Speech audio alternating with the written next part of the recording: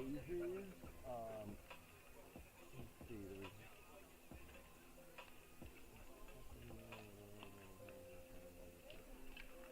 I'll send an email, but with all this stuff. Oh, and the other phrase was, uh, if it's a swing and a miss kind of thing, bottom, so strike three is more of like if he's caught looking rather than swinging. So again, just subtle stuff. But those were the two phrases that kind of jumped out to me. Obviously, energy is great. I think on any ball in the air, like fly ball, pop up, sometimes you would sell it early and then have to scale it back. Whereas if it was more of a slower build on like a ball where it's like, give me to left field, and it ends up being a routine fly ball and you kind of walk it back a little bit. If there's a slower build up on the energy, then you can kind of, you won't overshoot it if, you know.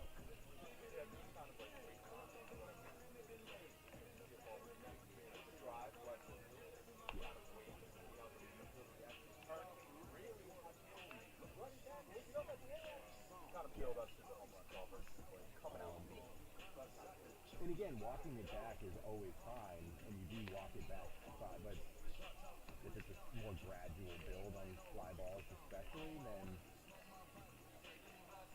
you won't overshoot the target.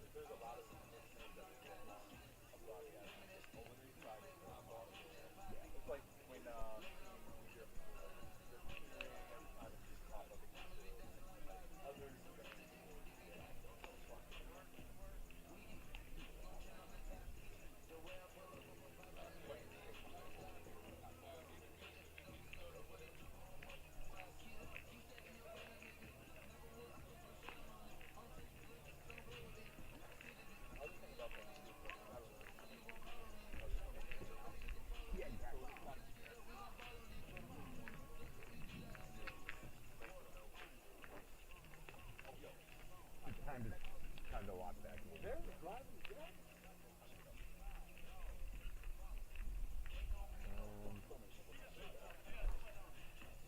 Zion texted and said, "Did you ever grab water for them?"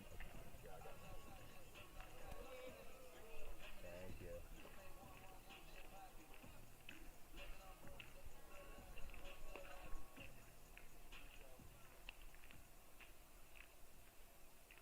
It's so disarming for you especially.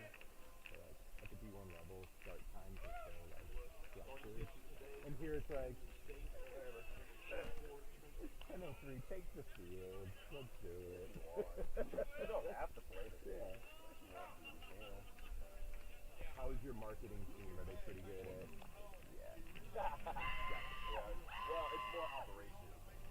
They marketing is Our top two marketing people are good because it's men's and women's basketball too for national TV. And then when we're doing all the other sports, it's just sort of kind of like a suggested start time. It's kind of like football is the thing. Yeah. When men's is on CBS, they're more on top of everything, and everything else. Whatever. And the conference doesn't. Like, if we miss, like for TV, those CBS sports games, I don't know what the contract says, but if we screw that up, it's $100,000 fine. More than, it's like huge. You're like over 90 seconds late. $100,000 fine. Fuck, there's one in Big Fox, they're not messing around. Yeah.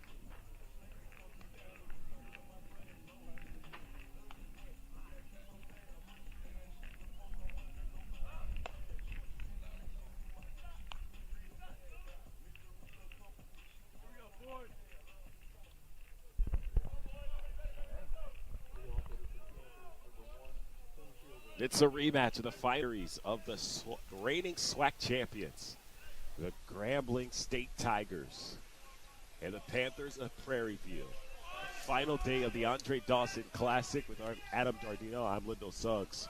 Starting off the Prairie View, will be Williams, Jaden Williams, the center fielder. He's followed by Donato, then Landon Williams, Johnson, Bush, Smith, Moore, Heskell, and Moses rounding out the order. On the mound to start for the Tigers, Trenton Shaw, the left-handed junior, has an ERA of 22.5 so far, only 2 innings of work. He's walked 4, but has 5 strikeouts. He's another one high. Another one high, and it gets lodged in the fencing behind home plate. Home plate ump Reggie Drummer is going, wait, where'd that baseball go? Exactly where we are, right behind home plate. Beautiful day. Low 70s, wind blowing from right to left. Grambling has Gardner at first, Jacobs Bouchard at second. Hayes is holding down the shortstop position. Martin holding down third. And Bridges in left field. Thomas in center. Hill out covering down right. And Marcellus, who's been excellent all tournament, is staying behind home plate at catcher. This one is headed to the right. Drops down in right shallow and an opening base hit for Prairie View. You know, you got the leadoff man, find a way aboard. That's exactly what Jaden Williams does here. 6 hits, 20 at-bats now this season, and just a table setter who leads the team in stolen bases. Let's see if Chris Marcellus there behind the dish, if he's alert and ready, because immediately he's going to be called upon to keep an eye on Jaden Williams. They'll have Donato, a shortstop, who's been great defensively so far this weekend. He's got 6 hits coming into this one, 3 RBI. He's patient at the plate with his 2 walks already.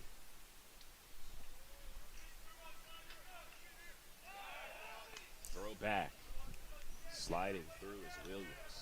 Yeah, unsurprising that Trenton Shaw is taking a look over there. And, you know, if you're Trenton Shaw, this is your second game of the season, second start of the year, and that first one, it didn't go great. 8 base runners in that 2-inning stint, so 4 hits, 4 walks. You've now given up a leadoff runner here. I'm sure Shaw would have loved just get the out, get settled in, and instead now he's already working out of the stretch and having to contend with the speediest base runner for Prairie View. On that note, Prairie View is trying to bounce back. They haven't won a game all weekend, dropping 14-0 yesterday versus Jackson State. Thought it would be a run rule, but they decided that rules didn't matter in that game yesterday. And now they're trying to bounce back now. We got a little transparency from the operations folks as to what happened. The rule says that it's 4.5 innings if you're up 10, and at This that one gets point, away from Marcellus. That advances Williams to second. we've definitely seen a lively fastball from Trenton Shaw. There's no doubt about it, and just Marcellus couldn't handle it.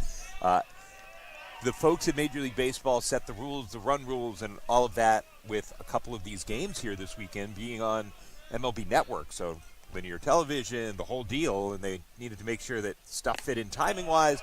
And so the umpiring crew, when they met before the first MLB Network game, kind of said, you know, our bosses at the NCAA would they might kill us if we call a game after 5 innings. The NCAA rule is 6.5 innings up by 10. Okay. So the operations crew, the umpires basically looked at the 2 coaches and said, hey, for these 2 MLB Network games, how about you don't blow each other out? Just keep it close. Let's make this a non-issue. And those 2 games were competitive, and everyone was worked out all right. So the NCAA rule is now superseding the rules of the Andre Dawson Classic. It's a 2-2 count. Foul backwards.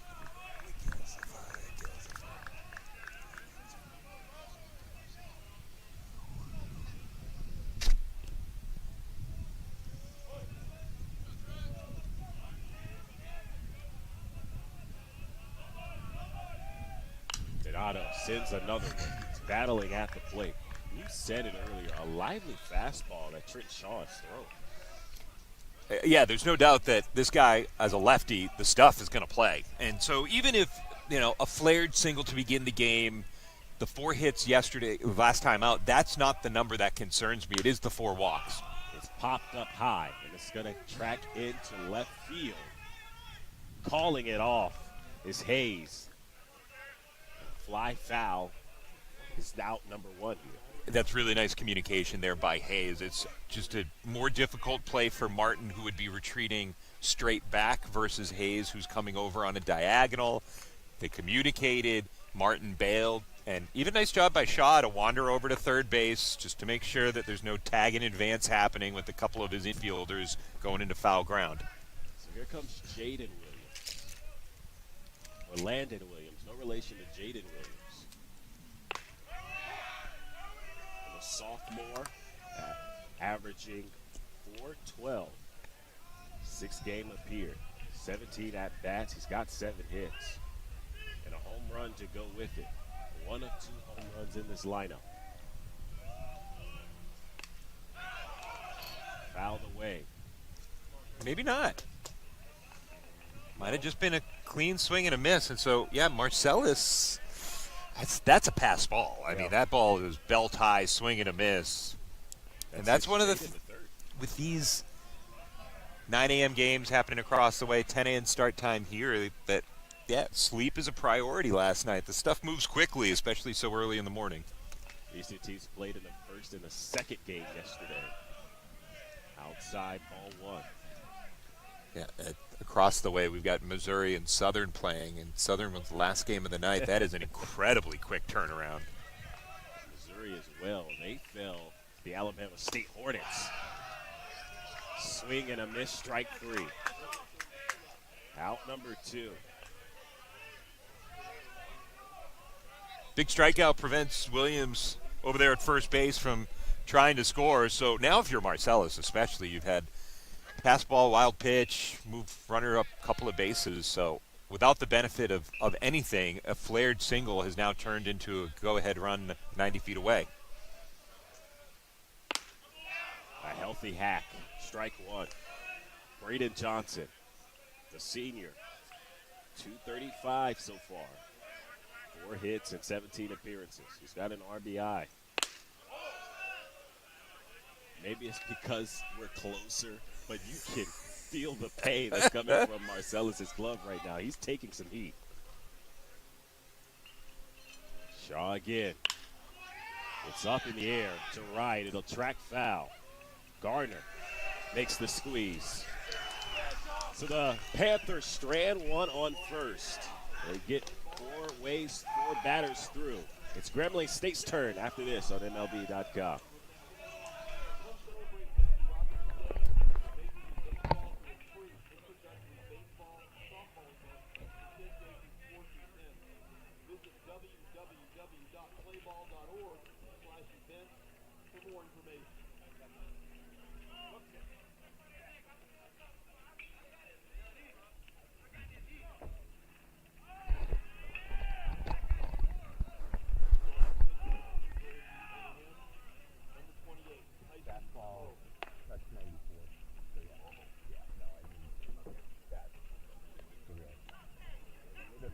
That's a real fastball.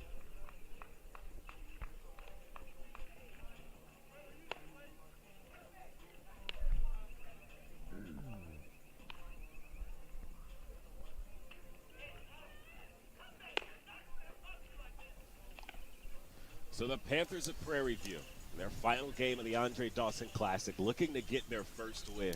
Adam, they've given up a combined 21 runs this weekend.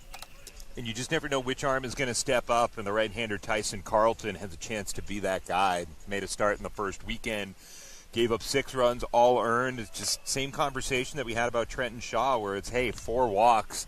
And for Carlton, it was 4 walks over 3 2/3 innings, but opponent's hitting 300 against him, mixing a few walks, and that's the name of the game at this stage, where it's the last game of the weekend. It's still February. And so I would bet dollars to donuts. It's the team that walks fewer batters here today is the team that's going to come out on top. Force guys to put the ball in play. Long weekend, travel for both of these schools coming out here to Vero Beach, Florida. So, honestly, it's just throw some strikes, make them beat you. And we saw it that, look, there was a flared single to begin the top of the first inning off of Trenton Shaw, and even though there were a couple of miscues defensively, the run didn't come home. So just force them to put the ball in play. He's got Heaskill behind the plate to support him. Williams on first. Moses on second. Donato holding down that shortstop position. He's been great defensively for them all weekend. Moore is holding down third base, and then Johnson in left. Jaden Williams in center, and Smith out in right. Thomas, Hayes, Bridges, Hill, Bennett, Martin, Gardner, Marcellus, and Jacobs Gouchard. That's the order for the Tigers. This one hits the hole, and it's going to track center, and one pitch, one hit for the Tigers. Right up the middle, we have not talked about that this is a different facility than these athletes played on yesterday. So across the way, beautiful facility, walking distance for those who haven't been to this complex, just around the corner from the other ballpark. But that is a ground ball that hits the turf. No grass on this infield, no dirt on this infield besides the mound and home plate. So balls like that, they're going to scoot their way through, and who knows, maybe on the other field, Moses, the second baseman, is able to range up the middle and make a glove on it, but not here. The turf makes everything faster. Yep. Nyan Hayes, the right-hander. Senior transfer from Arkansas State. His first year with the Tigers right now, averaging 273. He's got 3 RBI this season. Sitting 7th in the SWAC, base on balls. It's interesting to see everyone in this lineup for the Tigers ranked somewhere in the top 10 in their conference right now. Heading to the shallow, and it touches. 2 back-to-back hits for the Tigers. They figured it out here in Vero Beach. And these are 2 incredible base stealers, base runners. I don't know if we'll see a double steal this early, but for Grambling State, this lineup, the top 3 guys, 5 stolen bases apiece. The rest of the lineup has just 2 steals. So they want this top of the lineup setting the table. Cameron Hill's in the on-deck circle. And you've got another speedster, Trey Bridges, now digging in. They're 21st in the country in stolen bases. The delivery. Strike 1. It's Bridges. The senior. 368 is what he's hitting so far this season. He's the SWAC newcomer of the week, the transfer from East Central Community College. And there's the signal. Here comes Thomas, angling for home. That ball is way off. It's an opening score for Grambling State. There's the speed, applying pressure where that ball gets out to left field, and you think, okay, Martavius Thomas, let's play it conservative here, bases loaded, nobody out, and Grambling says, no, foot on the gas, let's apply some pressure, let's force a throw from Johnson, who, as he charged the ball, Johnson might have, it didn't look like he was expecting to need to throw it to home, and then all of a sudden he looks up, and that's what might have rushed the throw, made it sail to the backstop, and so just speed can kill, and Grambling showing that early. And that turns a single from Bridges into 2 because he shifts over to second. Yep. So single E7 out there on Johnson, and now the corners are already drawing in. Swing and a miss for Cameron Hill. Co-hitter of the week in the SWAC last week.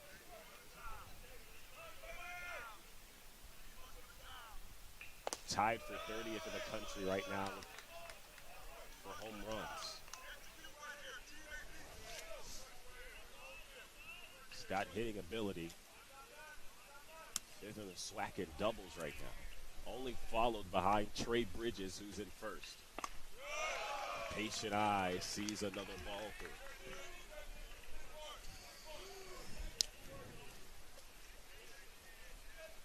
Again, the infielders drawn in on a turf infield. you're gonna lose even that much more range on a ball on the ground. 2-1. And it's a left, and it touches down. That'll easily score Hayes. 4 hits to start the order for the Tigers. Well, if Prairie View and Tyson Carlton listen to what we said at the start of this inning, it's, hey, make them beat you. Don't put guys on with free passes. And right now, that is not working at all for Prairie View. Grambling has come out ready to swing good bats, and they have done exactly that.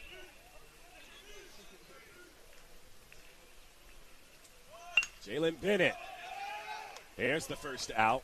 Weak off the bat and into the glove of Moore. Yeah, this is the one guy in this lineup, even though he's hitting 5th, he's only made 1 start coming in. Everybody else has either made 5 or 6 starts to begin the season. It's been a consistent lineup for Grambling State. So Bennett, they figure, all right, let's not take the bat out of his hand, but let's ease him into a situation here. Maybe he can pick up a sacrifice, run batted in, make this a 3-0 game. Instead, can't execute. A steal. No contest there. And I love that. Hadn't stolen a base this season. He's their home run hitter. But again, keep the foot on the gas, especially with the infield now having to draw in yet again. There's a strike.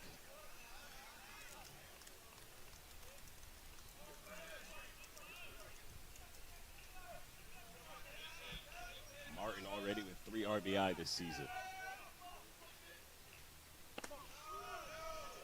That one's away from him for ball 2.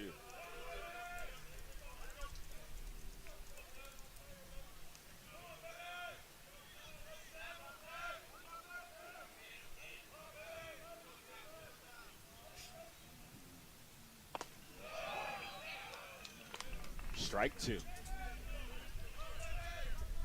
A 2-2 count with 2 on here.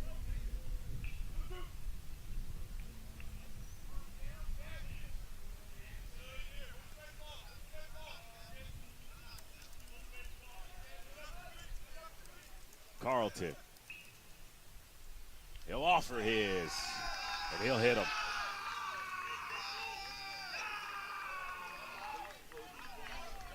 The struggles on the mound for the Panthers are evident early. That'll draw the conversation.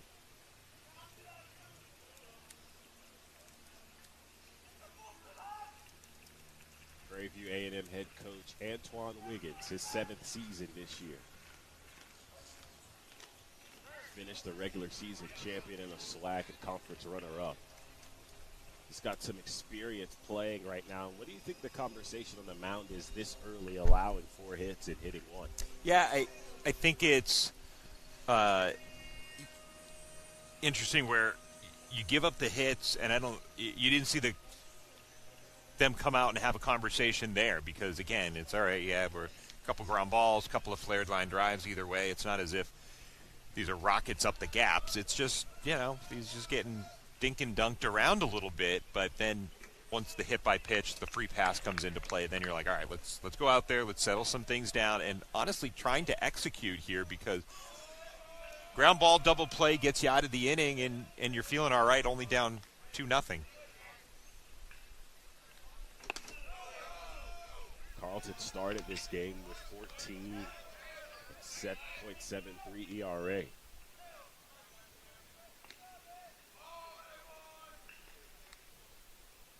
The 1-1. Away from him.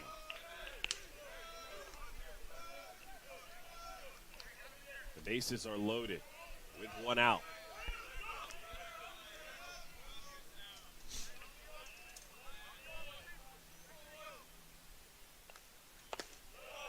Martin watches it go by for strike 2.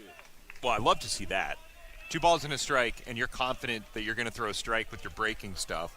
Because you fall behind 3 balls and a strike with the bases loaded, that is not a good start. Instead, 2-2. Slides low.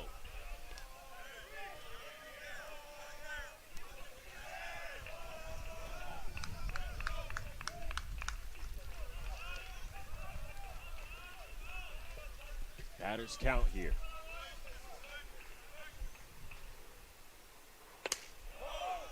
That walks in a run. Yeah, it's a pretty good pitch. Starts on the outer corner, and as a two-seamer, it just ran off the edge.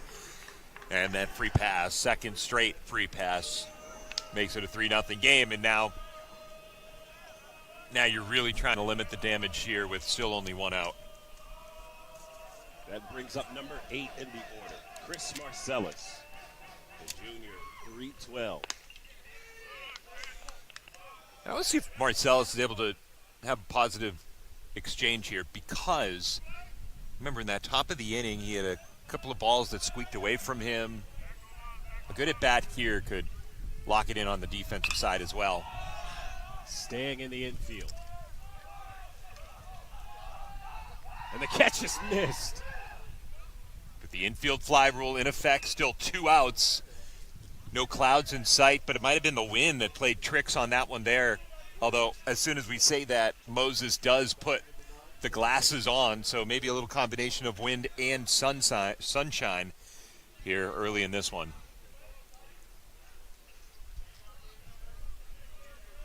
Not much of a protest from Grambling. That's pretty cut and dry. Sometimes when things like that happen, you'll say, how'd you call the infield fly rule?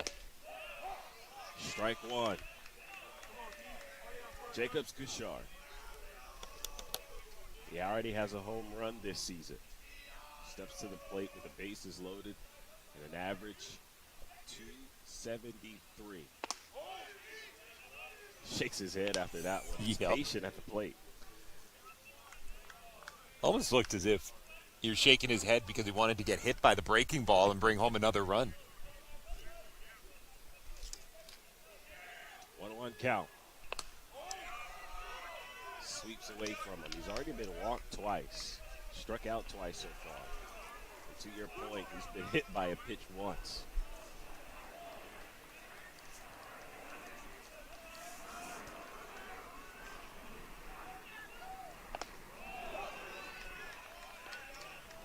Shook his head, steps back at the umpire, confused about that call. He didn't like it. Yeah, he picked the inside corner at the knees. If I'm a pitcher, I need to have that call.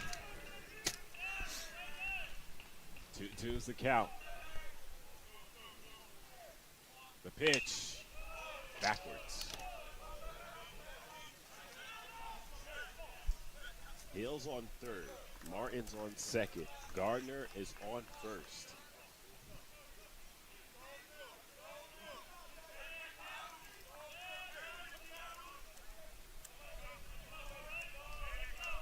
Carlton.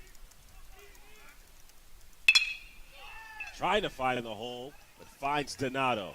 And the underhanded throw to Moses ends the inning. After the first, it's 3-0 for Grambling State.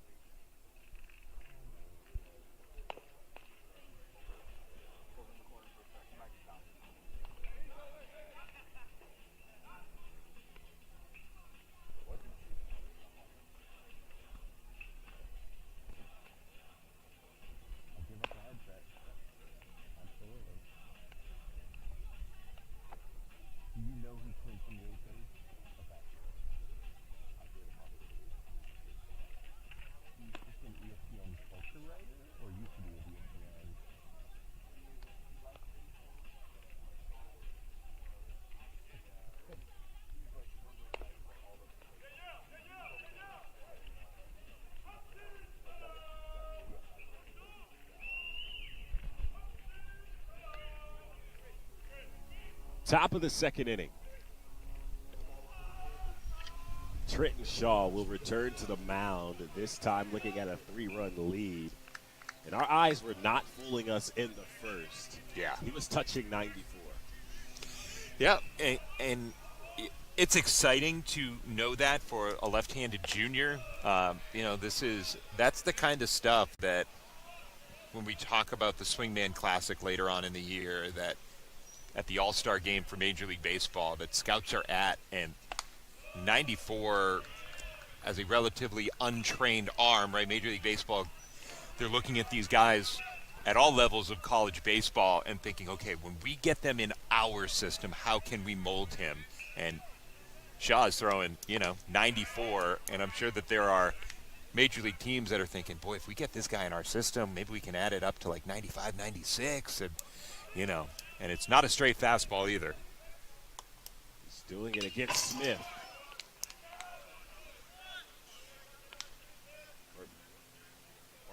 Bush. He's doing it against Trenton Bush, averaging 200.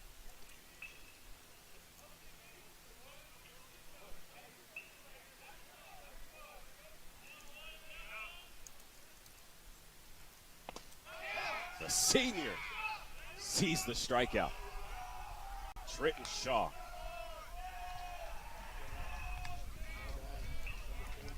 He's pitching a great game to start. Second strikeout. Now here comes Michael Smith Jr., part of the Swingman Classic last year, his first selection. Last year he averaged 331, 52 RBI.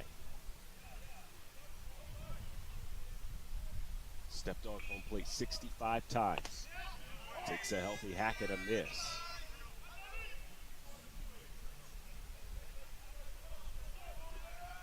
He hasn't found his rhythm yet this year. 12 at bat, he only has one hit. Slides off his bat and into the glove of Marcellus.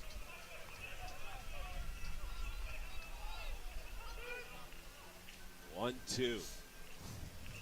Smith. Strike three. Back-to-back strikeouts. And that's one of those where you talk about the two-seamer that has a lot of run and starts on the outside corner. Maybe it runs away. That was just a bullet to the outer black. It never wiggled off of its line, and it held the outside corner the whole way. Chase Moore, the freshman. The best average in this lineup for the Panthers, 429. Fouled away. Has the second least at-bats with 7 so far. He's got 3 hits to go with it and 5 RBI. Shaw.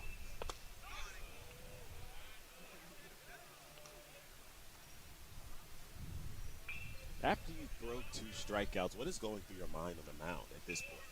I think you're feeling good. And the way that the first inning went, again, it wasn't a lack of control per se. It was a runner at third base who advanced there because of a couple of missed exchanges with pitcher and catcher.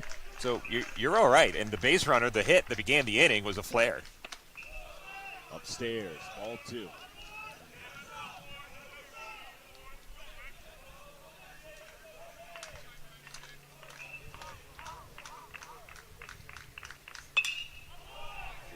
Fouled away.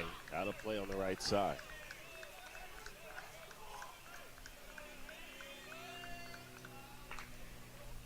Trenton Shaw, who only came in with 2 innings pitched. It's now 1 2/3 innings through with 3 strikeouts. He'll deliver.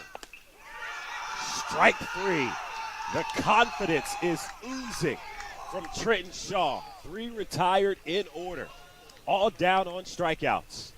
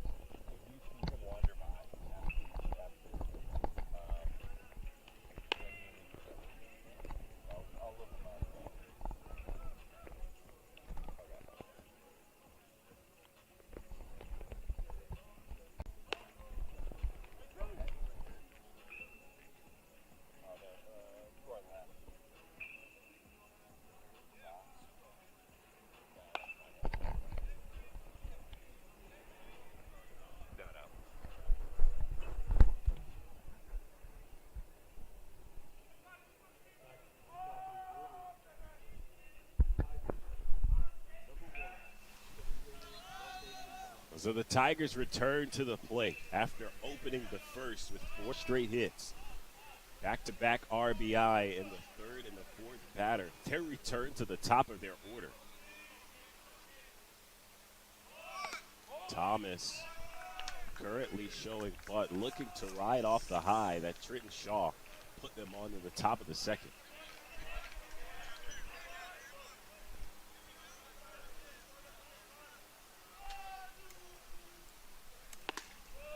Swing, catches a piece and lands in the glove of Heskell.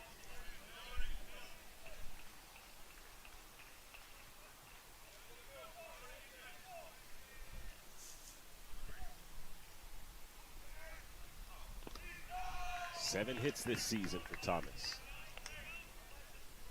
It was a first run through. Now for Carlton, after seeing what Shaw did in the top of the second, you try to replicate, or what goes through your mind when you step to the mound as this one hits the hole hard? Thomas collects another hit. Yeah, and again, the importance for Prairie View to not allow Thomas, Hayes, and Bridges to create chaos on the base paths it's so important. So important. And now you've got Thomas again, who came around to score last inning, but didn't really have to be that speed merchant out there. Let's see if they put him into motion and put Mason High School behind the dish on alert. He's got a steal. Throw. It's way late. Thomas with another steal. The bunt shown and pulled back by Hayes. I don't know if he ever had intentions of actually laying down the bunt, or if the bunt was more just an ability to throw off the eyesight and throw off the timing of High School, whose throw was down, not particularly strong down to second. Thomas 6 for 6. Stolen bases this year.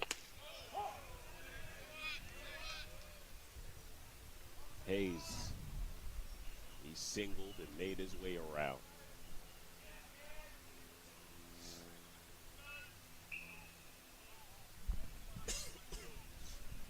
Two steals to start for Grambling State. Some aggressive base running. When you get guys on and you move around the base paths like that early, they want to take control of this game, and they have.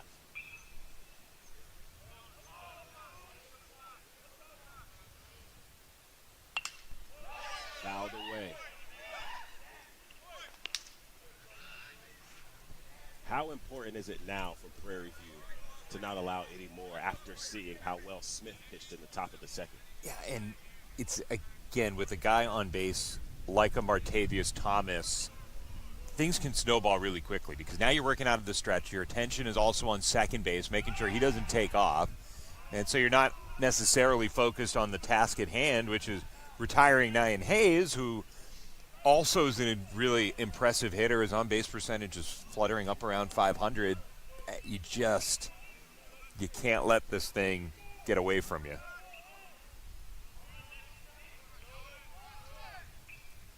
Hayes fouls it off, and it finds the glove.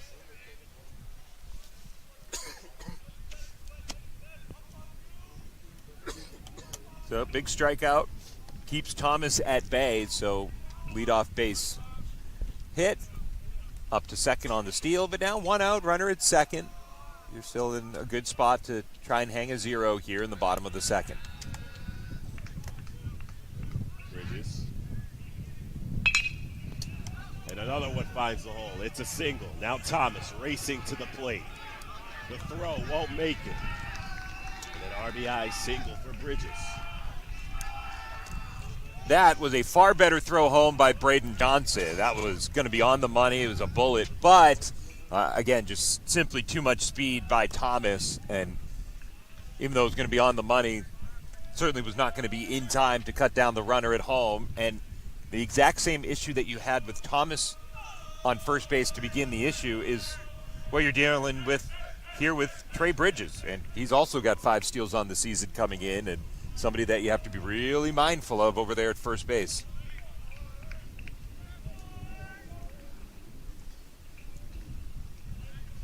Comes Hill. Stranded on third, his last appearance.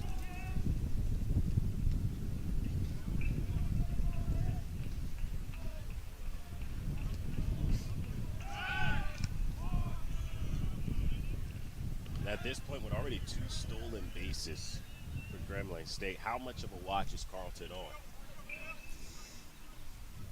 You know, bullpens are quiet.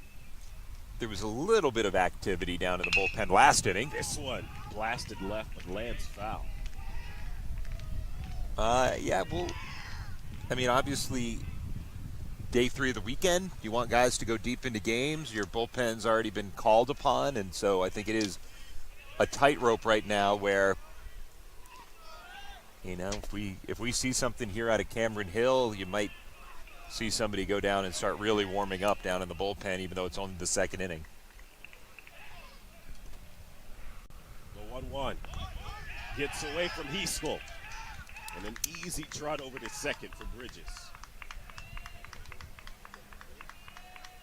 That goes a wild pitch. Tough ask of your catcher to slide all the way out there on a buried breaking ball. So no stolen base needed for Bridges. He finds his way into scoring position with 1 out regardless.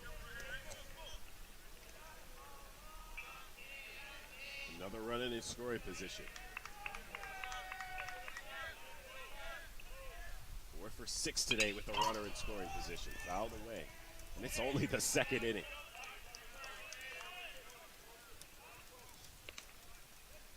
The offense is clicking early for the Tigers.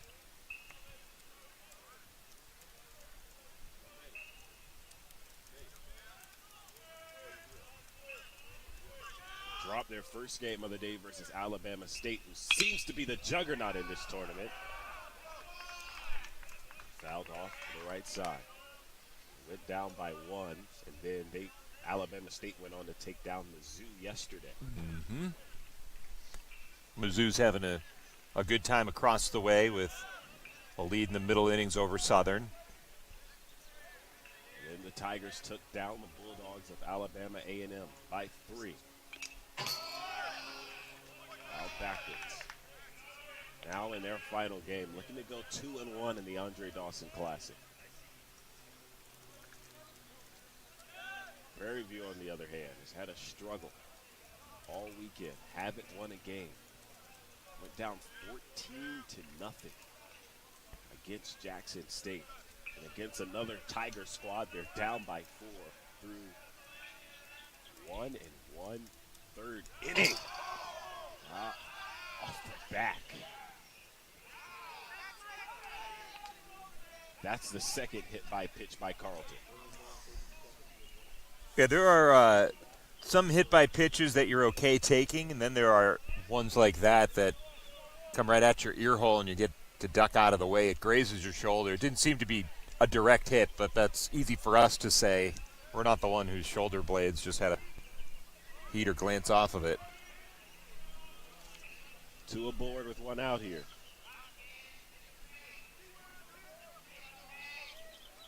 Bennett. There's strike 1. Flipping that a low outside corner.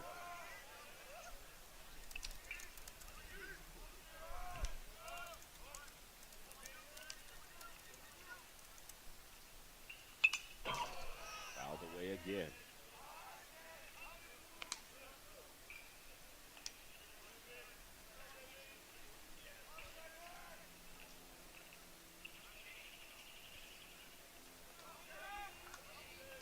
Almost halfway through the order in the 2nd inning, a second time. Yeah. Batted around in the first. Defensive at the plate, an 0-2 count. Last 3 fouled back.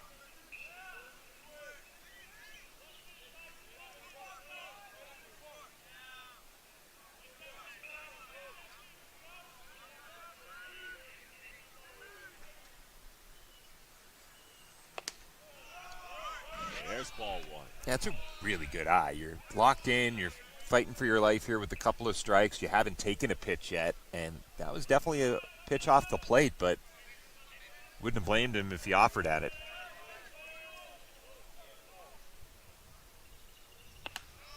Sees this one inside. That's ball 2.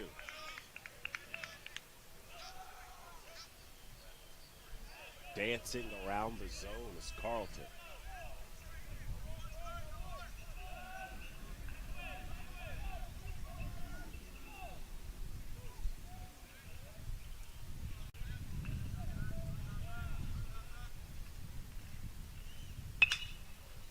And it stays in the infield. The throw from Moses to Donato to cover down second. Doesn't work, but there's out number 2. That was a bad read off the bat by the runner at first, Cameron Hill. And if Moses had tried to go for the trail runner instead of the lead runner, there might have been a chance to get a pair. Instead, the inning is still alive for Grambling State. The Tigers trying to avenge the last game they played against Prairie View. A 16-3 victory for the Panthers. Players will remember.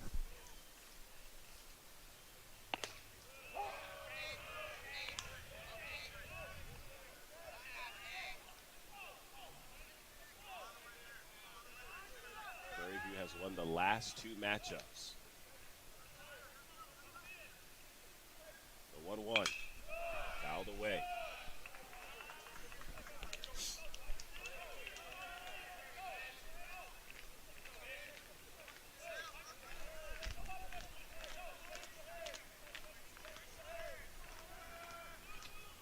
The last time Grambling got a win, it had to go into 13 innings.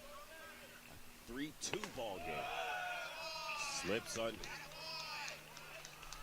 What called ball 2. Ooh, that wasn't just a pitcher walking off at Tyson Carlton. That was an entire team's worth of guys walking off thinking that was strike 3.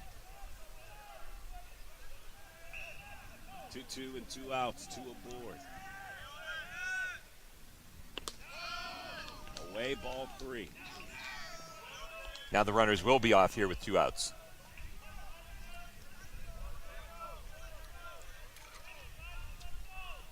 Martin, hit by pitch, his first appearance.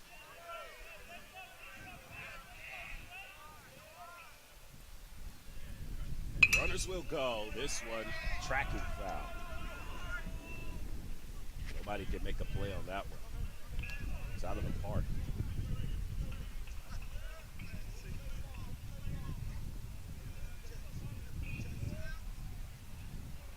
We return with the full count.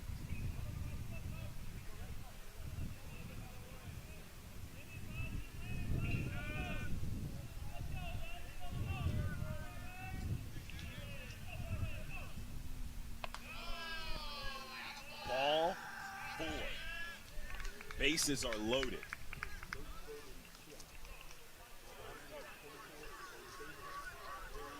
Now for Prairie View, they're probably thinking a couple pitches back when they thought the inning was over. Instead, the inning continues, and now some mental toughness needed here from Tyson Carlton to flush that.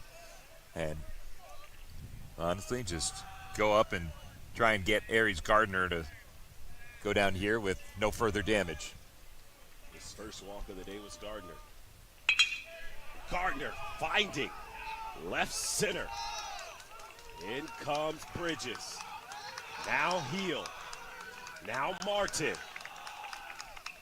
And Gardner slides his way to third. A 4-run inning for Grambling State. Now for Aries Gardner, he's listed at 6'4", 222. He didn't need to slide head first. I think he was just out of gas. At about the 250-foot mark, he said, I'm just going to ease my way into third base here on a bases clearing triple.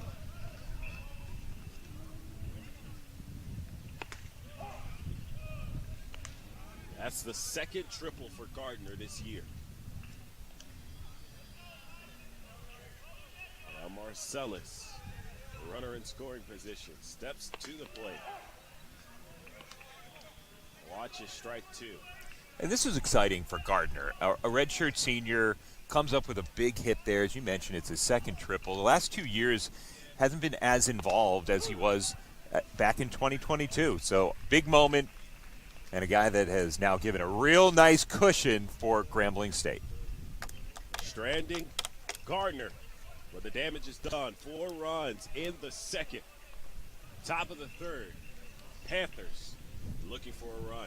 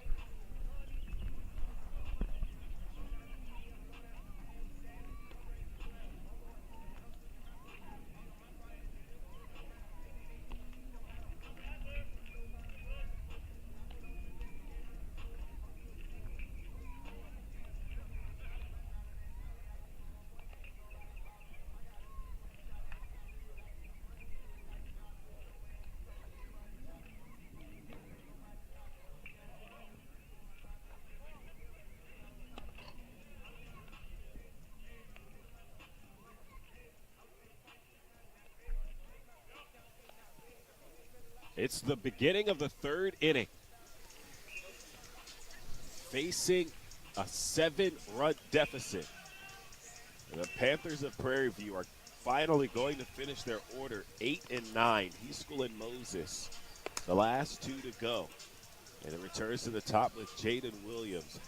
What is their mentality now as they step into the box with a 7-run deficit early?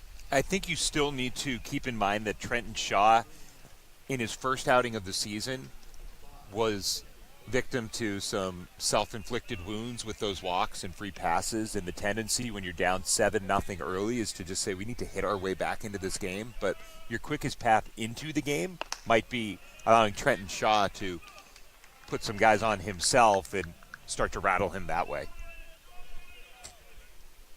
But as we saw last inning, that might not be such a sure thing today. He seems to be pretty dialed in, at least he was in the second. Retire them all in order, all on strikeouts. Mason Heaskell, the senior, 214 is what he's batting so far on 3 hits. Got an RBI. Back to Shaw. The throw. On time. Now the defense getting some action.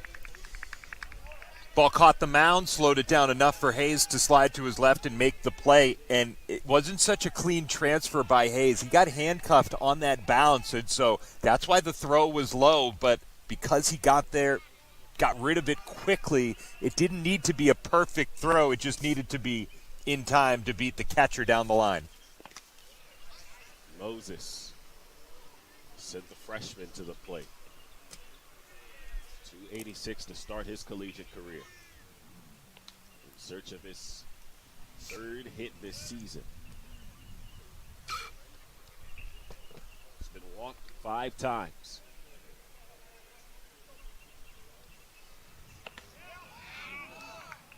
Empty swing, strike 2.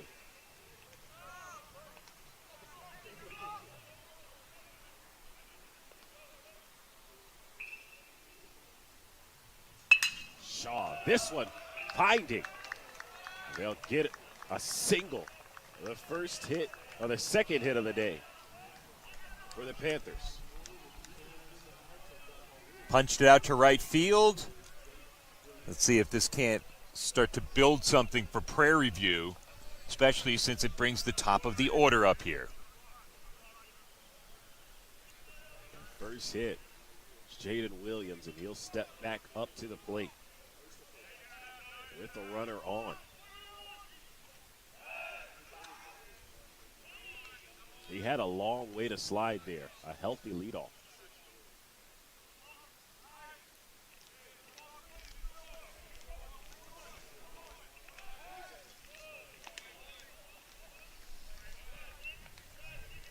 It's getting close. Moses has to be careful.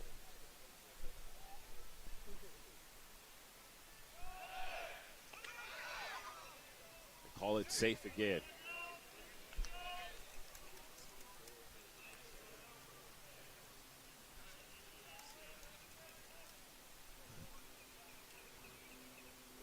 He'll deliver. There's a strike. Blistering fastball through the zone.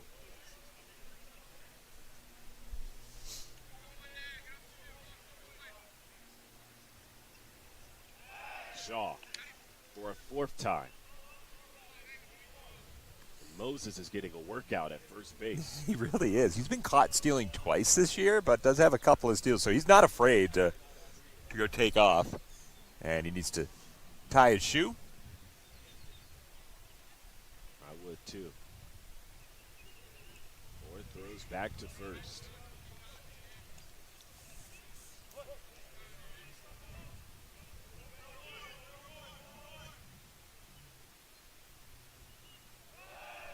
Back to him one more time. Number 5 is unsuccessful.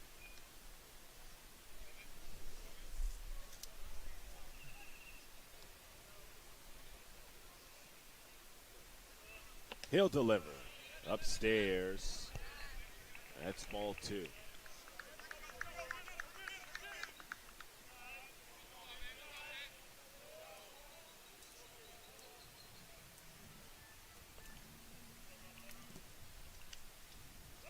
Now he'll steal. Moses sliding. He's safe.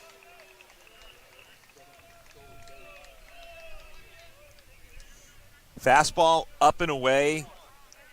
Couldn't have set it up better for Marcellus. He threw a ball to the front of the bag, and just too big a lead, too big a jump there to try and get Moses. Third stolen base this season. This one outside. Good spot.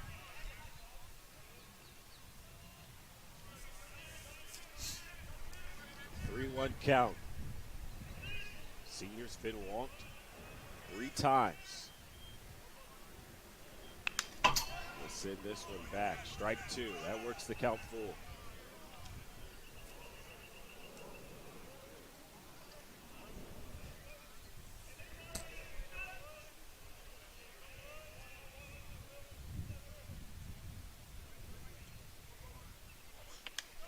This one is ball 4. Wow, that was some play by Marcellus to make sure that that didn't get away and allow an advancement. So what it does is it keeps runners at first and second even despite the walk, and keeps the possibility of a double play in order here in the third. Donato. He'll step back through foul. Was tracked down by Hayes at left field.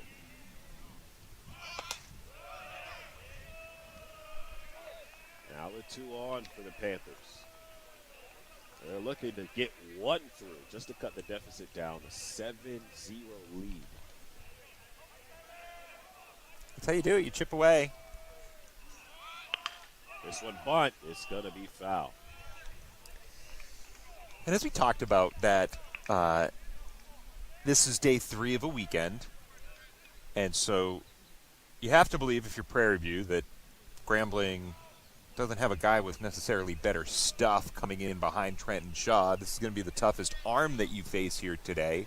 So if you're able to shorten his outing, which they're doing a nice job here of working some pitches in the third, scratch a run or 2 across, you just need to keep it close in the middle innings. Slides one through for strike two.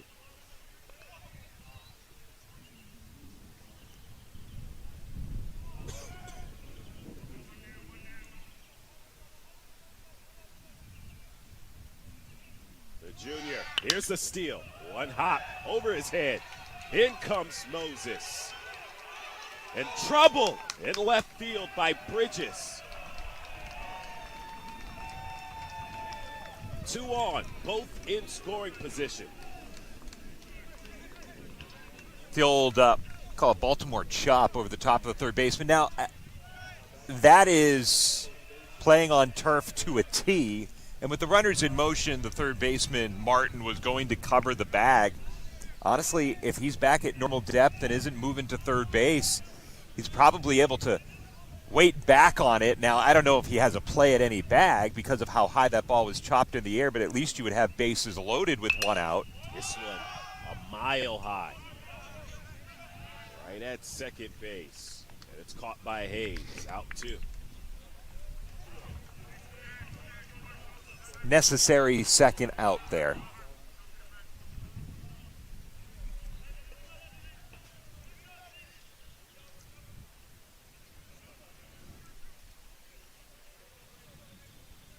Johnson to the plate.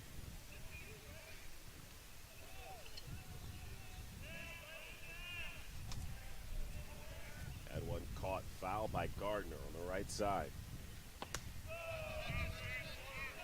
This one slides under the zone for ball 1.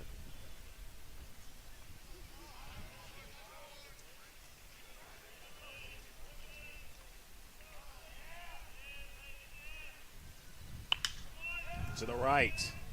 It's foul. Gardner can't get there in time. Trying to track it down.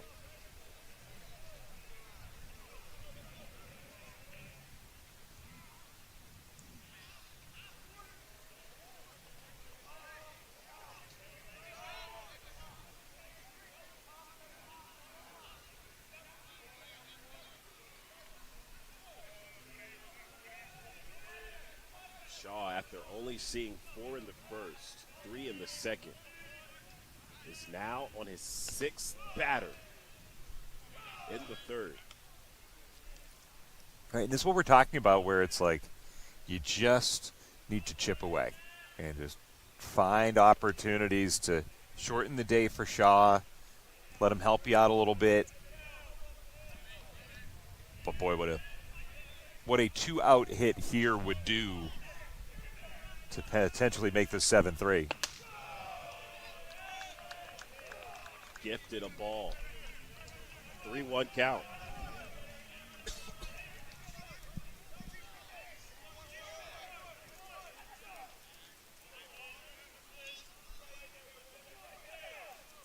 Shaw, the offering. There's the walk. Second walk this inning for Shaw. I'll re-up the thought that a 2-out hit here would be huge for Prairie View, and especially the way that the pitch count is running right now for Shaw. It's a quiet bullpen. Grambling doesn't have anybody loosening, warming up, at least not yet. So as this mound visit transpires, it's not as if this is an imminent thought that Shaw's going to come out of the game. Just a quick visit, get him squared up, because, again, if Grambling gets this final out here in the top of the third, then life is good. You're still on top by 6 runs, and you get to hit the reset button going into the fourth. Perez Knowles, pitching coach for Grambling State. Perez Knowles, the pitching coach for Grambling State. A cool-down conversation for Shaw.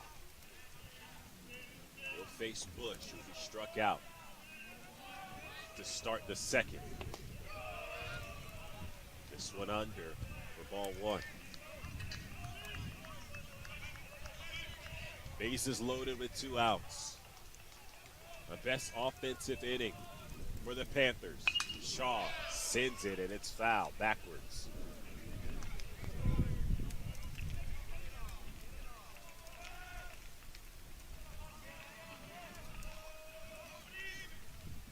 Hits and 2 walks.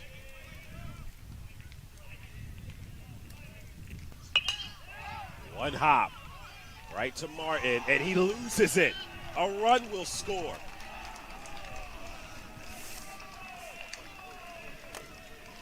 Williams makes his way.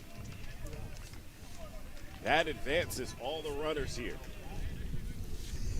And it is a bit of a timing issue down there at third base with the runner arriving, heading from second to third, and Martin having to contend with a bouncing ball chest high. The ball was hit slowly enough where he knew he was going to have to rush a throw anyway, but then he couldn't make his way to the ball because of the convergence of ball, runner, fielder all at once. Grambling State playing on a dirt field. They played on a dirt field the past 2 games in the Classic, and as well last weekend. Does this playing on turf have any effect on his positioning there? Yeah, absolutely. Smith returns, sends it foul. And honestly, I don't know if the result would have been any better on a traditional grass dirt infield because it would have forced Martin to really have to charge in. He was able to wait on the baseball to arrive to him because of the turf. But it was just, again, unfortunate timing for Grambling, and Prairie View wants to keep this thing going. Just left the hand late for Shaw.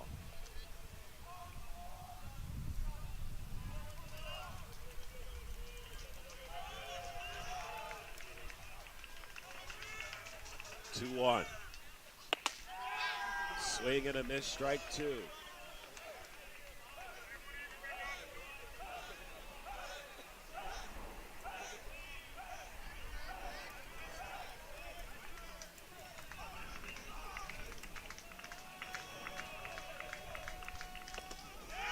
Yep. Ring him up.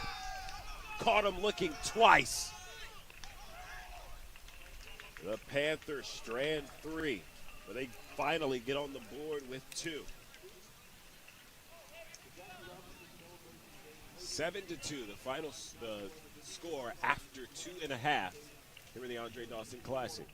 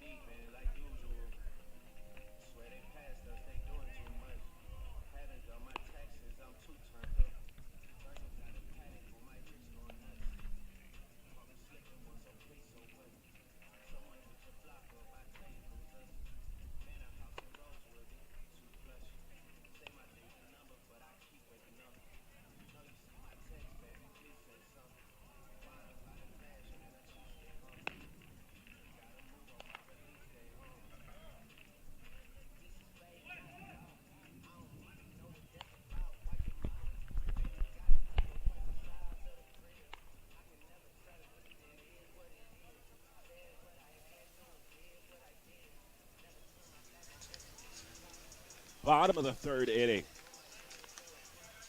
And the Panthers will finish Carleton after 2 innings, giving up 7 runs.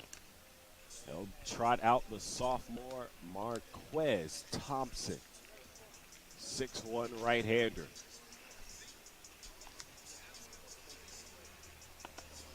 It's his 3rd appearance on the year. 1 1/3 innings pitched. Last year he had 3 2/3 innings pitched, giving up 11 hits and 17 runs. Has an ERA of nothing currently, and batters averaging against him 200 right now. So when you take Tyson Carleton, you'd say already gave up 6 runs over 3 2/3 innings, his first appearance of the season, and then you add 7 runs over 2 innings here today. The number is trending in the wrong direction for Prairie View A&M's Sunday starter.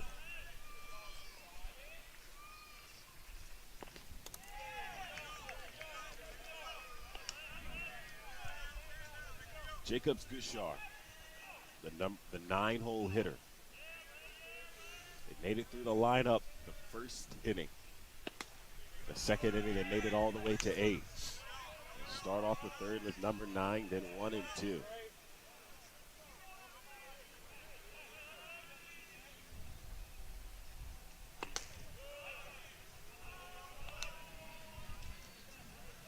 a 3-0 count to start for Thompson.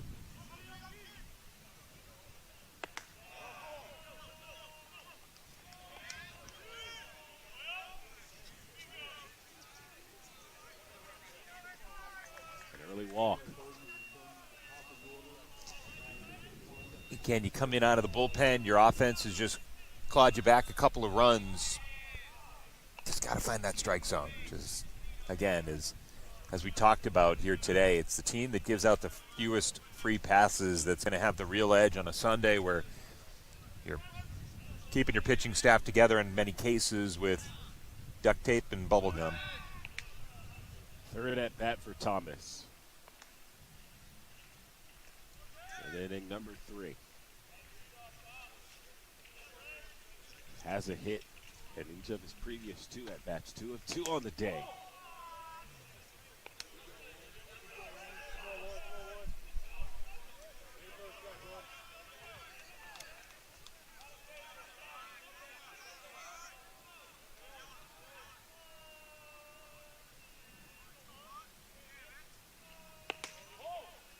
Lofts away. That's ball 2.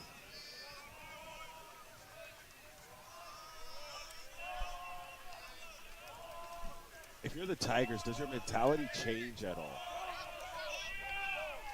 A block will help. 3 and 4. Wow.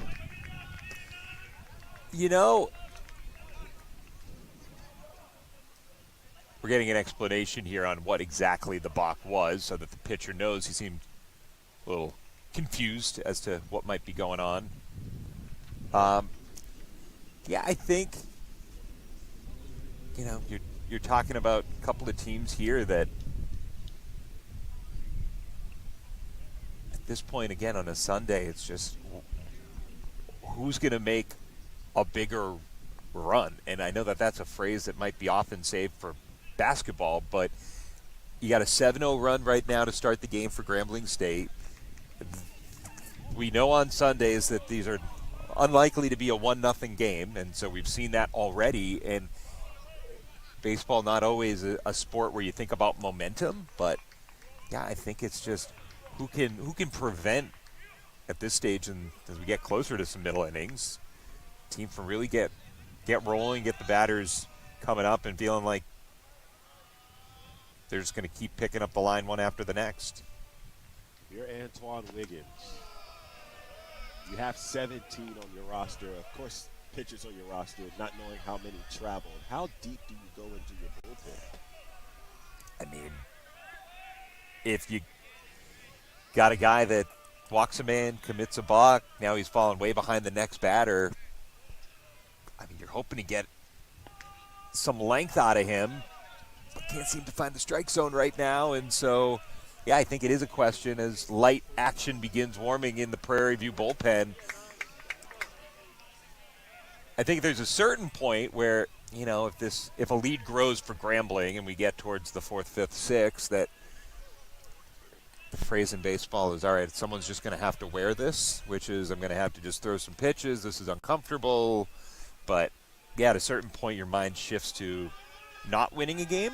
But we are not anywhere near that right now, as exampled by 2 batters into the inning, already action in the bullpens for Prairie View to say, hey, we need to throw up a 0 here any way possible.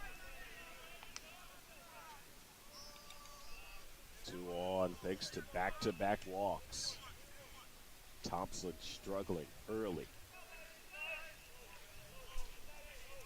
2 runs put up by Prairie View. Maybe a 5-run game.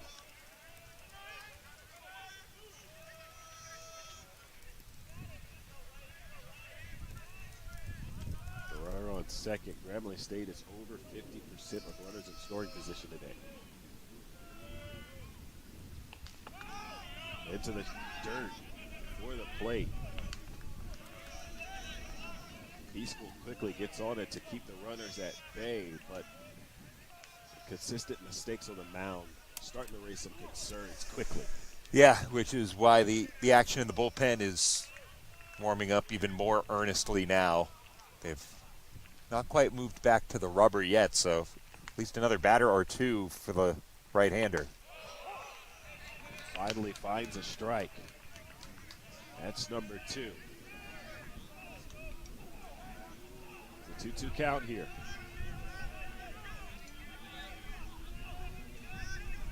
Still no outs to the bottom of the 3rd. Thompson catches him this time, and he'll go. Yep. Pitch down and out of the zone, and that's a frustrating end result for Hayes, who, you've just seen the previous 2 men reach on free passes, and striking out's fine, but to strike out on a pitch that is out of the zone, I'm sure he's thinking, man, I just saw the 2 guys ahead of me. Pitcher can't really find the zone, and I bail him out in some ways for strike 3. Bridges steps to the plate with back-to-back hits, back-to-back RBI in both innings. And now a runner in scoring position looks to bring another run through.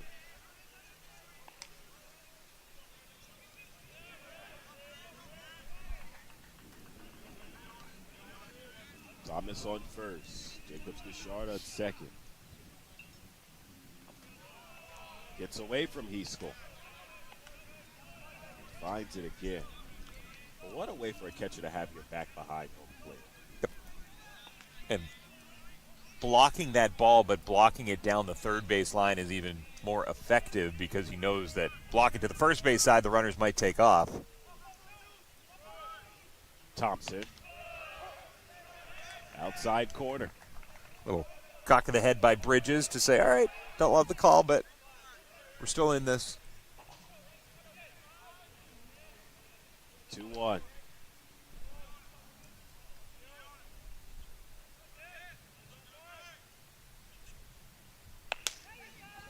Way outside for ball 3.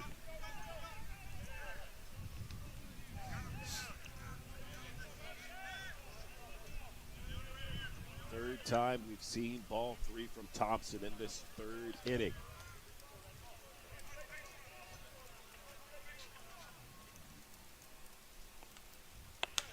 Lofts one away, and that'll send another walk. The 3rd of the inning. Yeah. Yeah, they can beat you. And right now, DeMarcus Thomas not really executing on that promise. That'll send Hill. Hit by pitch his last appearance. He made it all the way around on that effort. Cameron Hill stepping to the plate already with 2 home runs as the outfielders push back. Whips one in for strike 1. Yeah, it's get me over. Bases loaded, 1 out. You've already walked them loaded, so you got to get ahead here. The highest slugging percentage in this order, .615. He's also got 14 RBI this season. This one gets away from Heaskell, but he blocks it down enough to maintain control.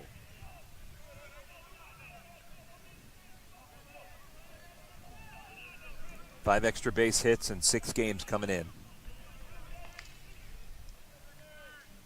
The 1-1.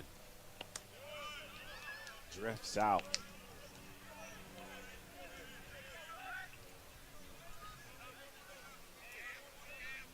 Thompson trying to use his breaking ball to get Healed. And a warning to the dugout. Too many men outside. Might have been Javier Martinez who had a fun exchange with the umpire crew after the national anthem. Number 40's got a personality, I think, on him for Grambling. He's going to stay in the infield. It dropped. I'll give it the fly rule there. Second one we see. That's why it exists, for exactly that.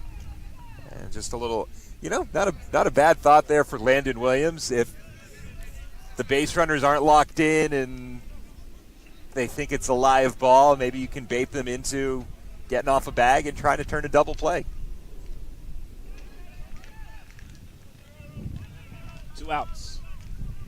Brings brings up Bennett.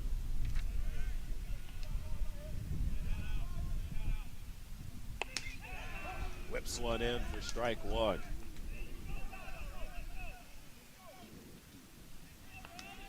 Bennett without a hit.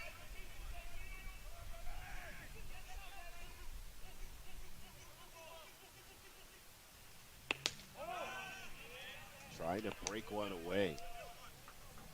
Seems like Thompson really wants to get batters to chase that lower outside corner.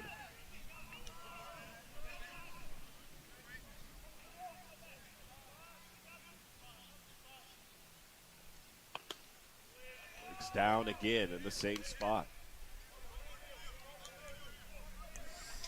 The action is sat down in Prairie View's bullpen, which either means it's ready or that they're going to allow Thomas here with a little bit more leash.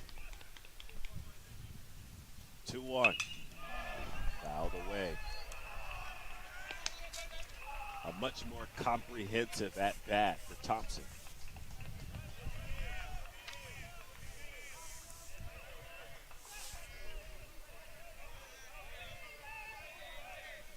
Six 1. 2 and 2 outs with the bases loaded. Yeah, for Thompson, 6'1" right-hander out of Katy, Texas. Let's see what he's got here. Drifts away again.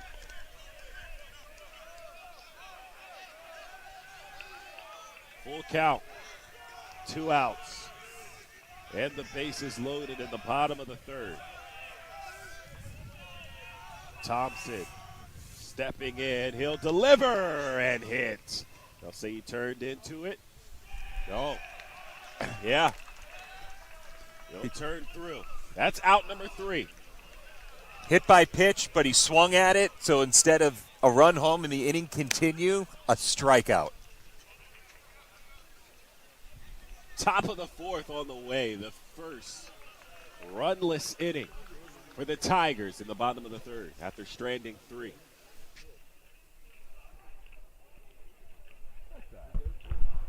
That's a Sunday play right there.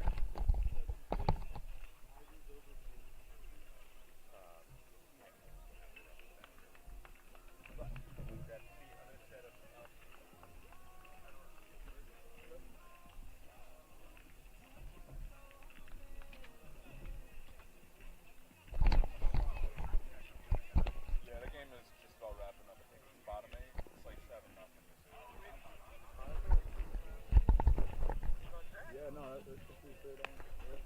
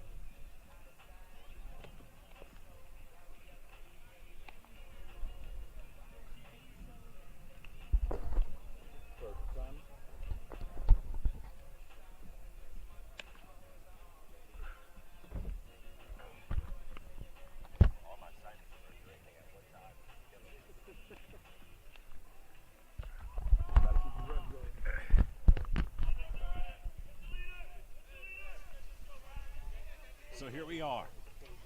Top of the 4th. They'll bring out Trenton Shaw. And again, he has the power into his arm. Low 90s, mid 90s. He has a fastball that has a little late movement to it, which is making it tough for the batters in Prairie View. You see the first strike in early.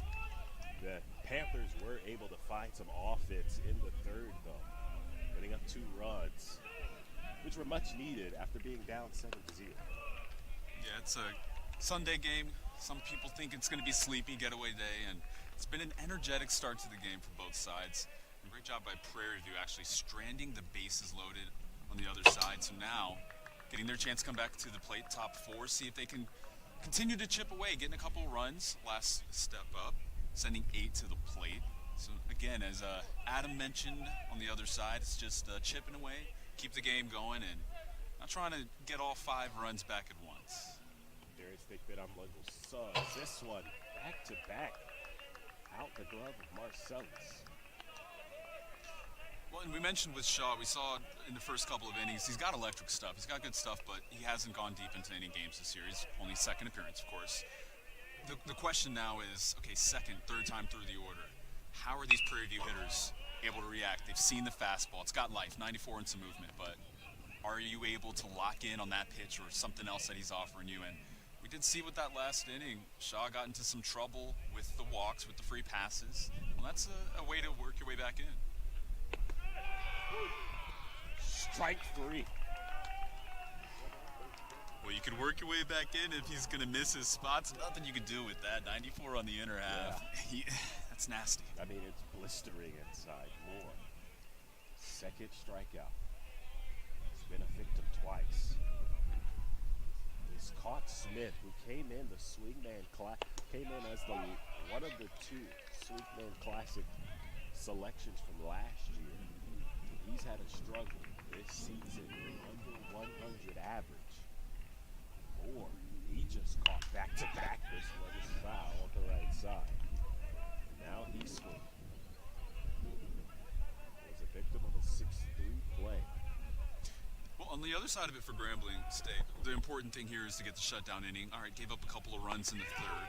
But for Shaw now facing the bottom of the order, he's rolling again with a couple more strikeouts, Lynn. That's number 5. Make it 6. 5 and 6 come back to back. When he's hot, he's hot. He sat 3 down in order. In the third, on the second, all in strikeouts. Yeah, struck out the side that inning. It's been kind of a hit or miss. We'll see. It looks like right now, though, he's in the groove.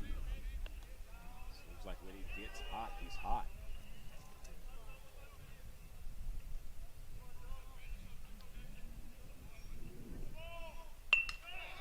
But down. He comes off the mound, and Shaw can't pick it up. Yeah, it's a tough play for a lefty coming off the mound. You got to try to barehand it.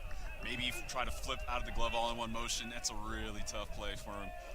So Shaw, nothing to take away from him. That's just a great bunt for a base hit from the 9-man. And you know that ball is a lot faster on the 2. Yeah, it's running away from him too.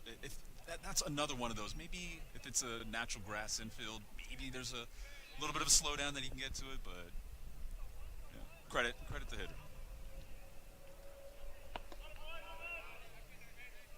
Top of the order we go. Jaden Williams. Walked his last appearance. A single that saw him stranded on third. Back.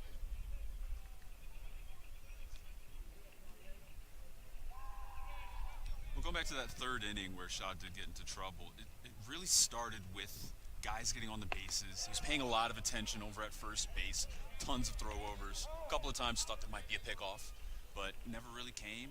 It became a long inning time-wise before it actually did with the number of hitters coming to the plate.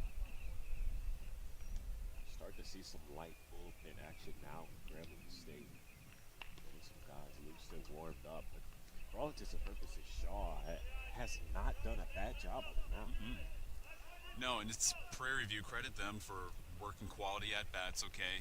They've had the strikeouts kind of stacking up against them at this point, but just doing anything you can, grinding out ABs, and again, getting to the starter, trying to get that pitch count up, getting in his head, putting some motion in. And look, if they come and scratch across a run in this 4th inning, make it a 4-run game, I mean, that's success right there. Shaw delivers high and outside. Over Grambling head coach Davin Pierre. It could be just trying to get guys in on a Sunday. A matchup like this early in the season, you probably want to see what you have. That's what most teams are trying to do when they come down. Oh, for sure. I was talking with the legendary Roger Cador, the Hall of Fame former head coach of Southern University. And He Here's likes a to. runner. Steal for Moses. Yeah, and there goes the putting the man in motion, just like you said. So now getting a man into scoring position, and you're just a single away from really making this a successful inning again.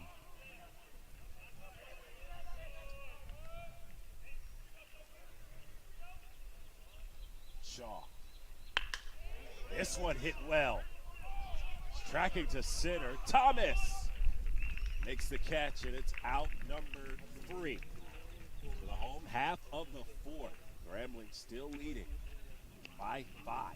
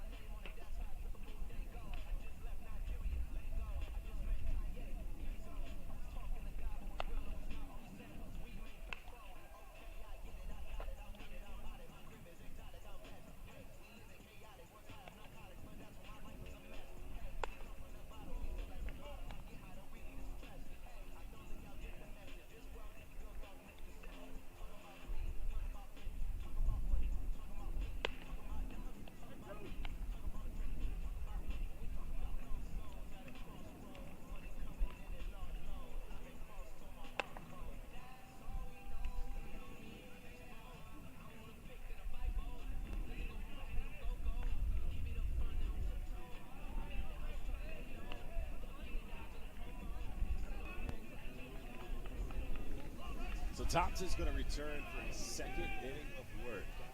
Bottom of the 4th, 7-2 lead for Grambling State over Prairie View. Contest that was the last series for Grambling State, and they dropped the last 2 games. Last time Grambling State got a victory over Prairie View, it had to go to extras, 13 innings. 3-2 win for the Tigers in the first game of the last home series. It's foul. Yeah, well, Lendl, you asked in the top half of the inning, like, what are the coaches thinking? What's kind of the mentality coming into a tournament like this? Well, I mean, going back to what I was saying with Coach Cador, his whole thing was that this type of an early season tournament, you're really just trying to shape guys up, trying to figure out what you have, who are going to be your productive guys in the lineup, where are your pitchers you're going to rely on. I mean, at this point of the season, he would say that you wouldn't even let a guy throw 50 pitches. You would just kind of a hard cap just to figure out, all right, what does this stuff look like? It's almost like a spring training type approach to it for some coaches. Is that an approach you agree with? It depends. I mean, for Coach Cador, 32 years at Southern, 900 wins, Hall of Famer. I think he knows his approach. But 900 wins, that's sure. a heck of a resume. But everyone has their own approach, right? Like some pitchers, or excuse me, some coaches want to come in and they want to know what the weekend series starters are from day one. They want to know who their Friday night guy is, and they want to get them into mid-season rhythm early on. Everyone has a different approach. A walk for Thompson sends Gardner, sends Martin to first. Gardner will step to the plate. Had a triple that brought in 3 RBIs. And walked once already.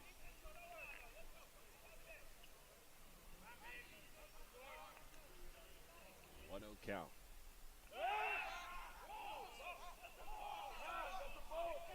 That is a ball. Yeah, it's a balk. Right away, the Grambling State dugout was asking for it. Yeah. Yep. Got it. Second.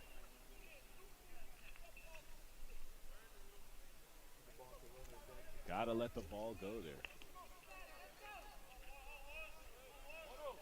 will say from this Sunday game, I mean, a lot of energy to it, especially considering where we're sitting, right in between the dugouts, straight away behind home plate. What, about 20, 30 feet, you say, maybe Yeah. behind home plate? It's definitely a better vantage point than being up in the skybox over on the other side, here on the side field in Vero Beach. It's a really lively environment. You can hear everything between the two dugouts going back and forth, making a lot of noise. It's exactly what you need for a Sunday pick-me-up, right? Absolutely. For Thomas, that's 2 walks back to back. And to be fair, the sophomore hasn't seen much action collegiately. Under 4 innings pitched so far in his college career. How do you hone that in if you're Prairie View? Well, if you're Prairie View, you're throwing him into a pretty tough spot against the Grambling State team and swinging the bat well today. This one in the air. It's going to die. Is it foul? And it is. It drops down. But bringing him in. Threw it right into the window. Yeah. But to finish the thought, bringing him in against a pretty hot-hitting team, you're asking him to really give it a go, see what he's made of, and I think that's really the takeaway there. Where, okay, if he comes in, gives up a couple runs, it's not the worst thing in the world. You just want to kind of, again, go back to the evaluation thing we were talking about. You just want to figure out what you have with him. So at this point, what would be the 2 key pieces of evaluation for Thompson? is he hitting his spots, and where is he working when he gets into a bit of a jam? Saw him working out of the bases loaded jam in the last inning. It's incredibly impressive. Now, of course, he was the one who worked the bases loaded with the 3 walks, but getting out of that jam without giving up the big hit, those high leverage pressure pitches, that's what you really like to see. Okay, we know that even if he is not going to be a starter, can we throw him into a spot where we know he has to get a guy out? Possibly. So in the case that hitting his spots is more important than working himself out of the jam, where could you see him fitting in the lineup down the stretch? Well, certainly looking at him right now, I mean, with that delivery, it seems like he'd be kind of a solid right-handed arm out of the bullpen. Yeah. But, again, for anyone who's making one of their first few collegiate appearances, you don't expect them to go and just be lights out from day one. It has to be a building process.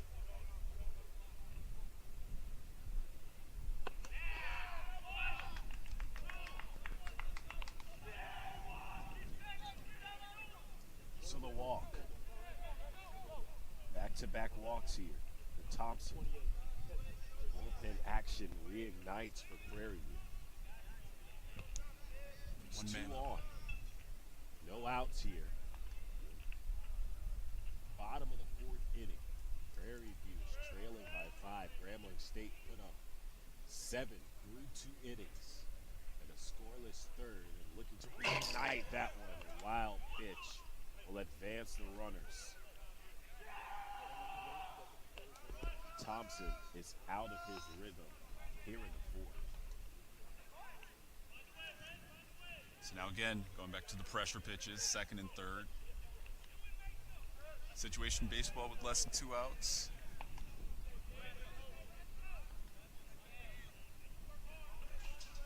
Infield's coming in for Prairie View, so they still want to play this straight up. Here's the 1-0. Grounded foul.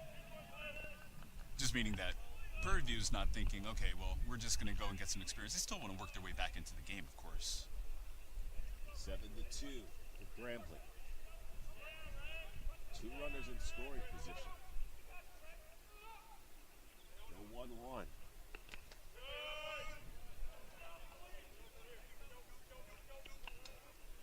The Tigers at this point want to get back into that rhythm that they had that saw 3 in the 1st, 4 in the 2nd.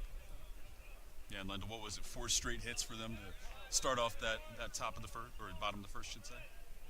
And the 3rd and 4th hitter both put RBIs on the board. Grambling State didn't get an out until Bennett, the 5-hole hitter. And then it was a hit by pitch and a walk for 6 and 7. Finally an out at number 8, and then rounded out the entire order. Went through the 1st inning. Jacob Bouchard hit them on the ground out. 6-4. 2-2 count here. No outs. Watches it drift away. Now it's a full count. For these Grambling State hitters, they're not going to let Thompson out of the jam without executing some pitches. They're not going to get themselves out. They're sitting back. They're waiting. They're being patient at the plate. Here's the pitch. Hop foul with a barehanded catch. Marcellus was in the on-deck circle.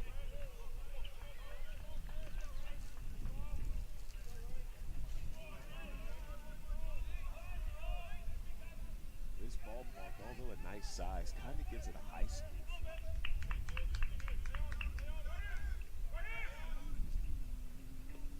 This pitch. That's ball 4. Bases loaded.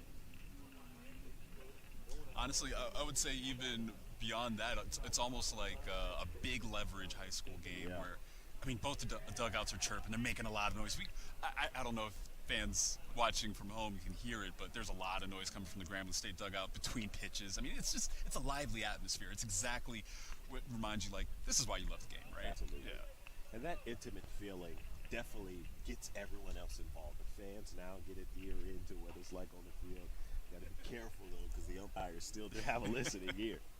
Absolutely. I know we've got the guys spotting pitches from both sides with the radar guns right in front of us. So everyone is on high alert for all of the audio coming from the play-by-play booth. So. Absolutely.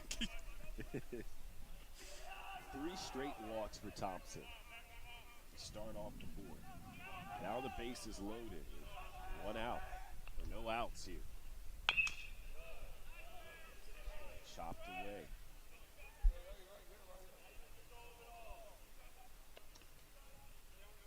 We saw Thompson work out of the bases loaded jam last time around. Now considerably tougher. But just the same way with the approach at the plate. It just starts with 1. Can't get it all at once. I mean, you could see a triple play to end the inning, but I wouldn't put money on it. I'll put it like that. One of the rarest plays in all Diamond sports. I actually caught one last week at triple play, if you can believe it. No, for Campbell. Yeah. With a softball, it's a little bit different. Well, that's even more impressive. Remember, it's so compressed with softball. That has to happen so fast. Still rare. 0-2.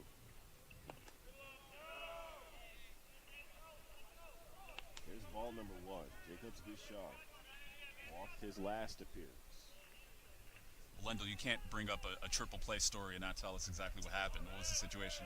So the ball flew out to right. It was caught.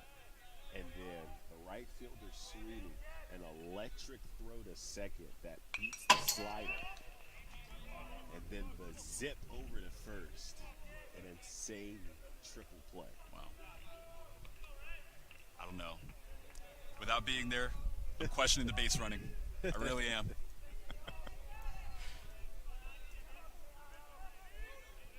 Bases loaded, no out. You cannot get caught. You just can't. 1-2. Fouled away. Out of play.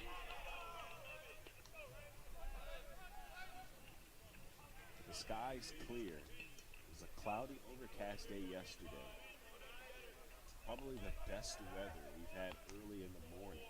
It's chilly on Friday morning to start.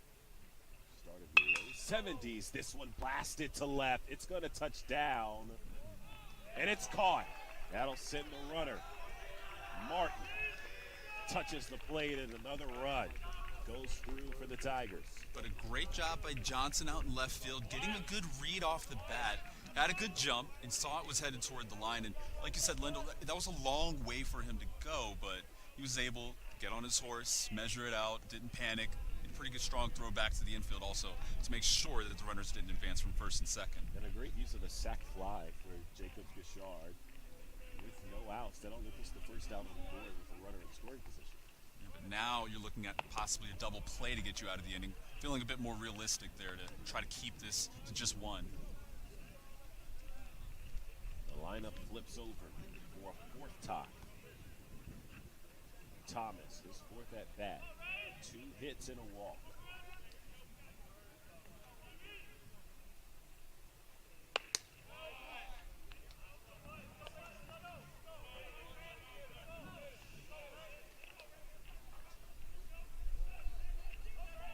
remember now, with speed at the plate, take a look at Moore over at third. He's starting to cheat in a little bit. I wonder if he's thinking that maybe a bunt on or a play on.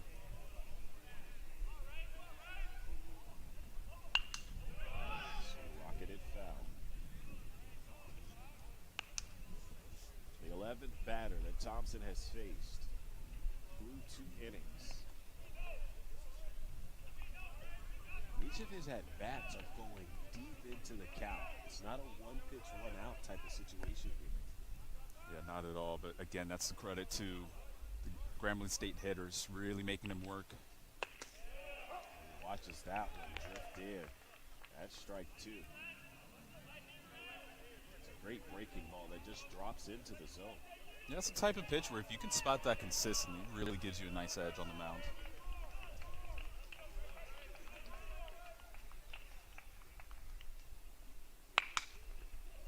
Cut it hot off the bat and scooped up by Williams. Advances the runners. 2 outs here. Well, there you go. Again, I mean, a nice piece of defensive work there. Ball hit hard, but no panic over at first base. Williams making the play, and now, again, 1 pitch away from getting out of the jam.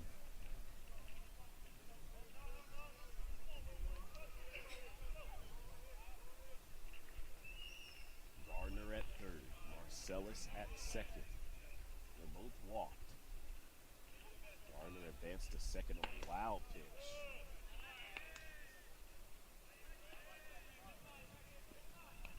Trying not to strand 3. Or 2. Stranded 3 in the third.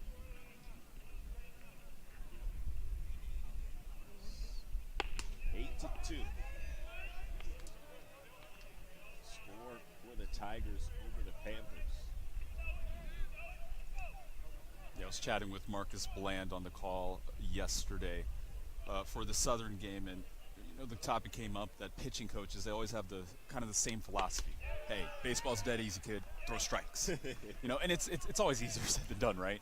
But just thinking back to Ray Burris, who was a pitching coach for a long time with the Lehigh Valley Iron Pigs, Ryan Mouth, who's a head coach and former pitcher himself with Longwood Lancers. They both had that same philosophy, but it's really making pitches when it counts in tough situations like this. Throwing strikes when things don't look so good for you on the mound. But if you have that ability, that's what really shows the makeup of a great pitcher. It's one of those things that is easier said than done, for sure. Throw strikes. Okay, yeah, but they're swinging they're also swinging the bat well. Coach, Exactly. what do I do with that? Exactly. Yeah, you find a way. Throw strikes. They call strike 3. Hayes goes down looking. That'll end the inning. 2 stranded, but a run through. 8 to 2. Visiting half of the 5th on the other side of this. Grambling State in front by 6.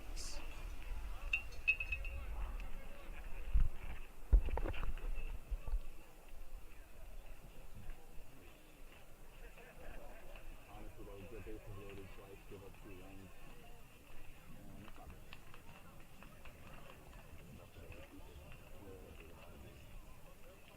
Because they only had one guy warming up. So, yeah, I mean, that might be a shot.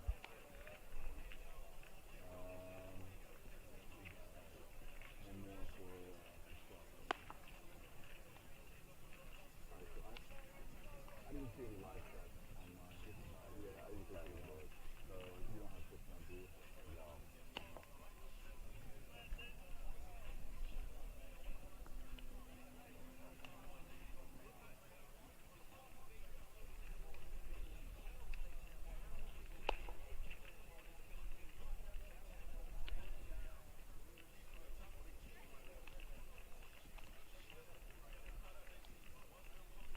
Southern game, Mizzou should be able to go now. And that was one-way traffic. Mizzou was up 7-0 last episode. Yeah, 15-3. And then Southern had the short straw. They had to go. He played the nightcap and then early game. They probably lost the spot. Not much to it if they just stopped it.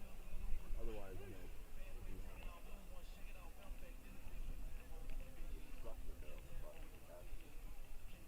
Oh man, more than that, it's like here, it's just a different state border. You gotta go up on the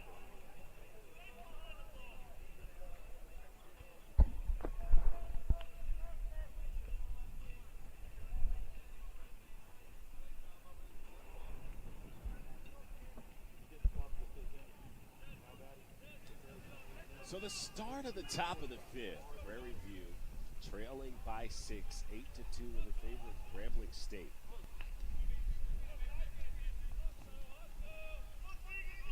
We'll start at the top of the order.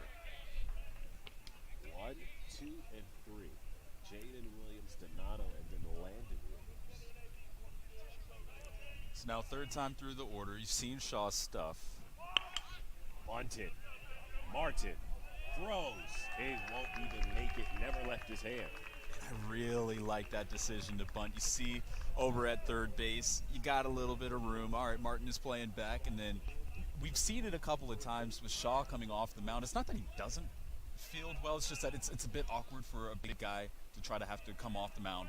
Field, throw, especially with the turf, the fast-moving ball. So it's a really good decision now. Get some action going, get your leadoff man aboard.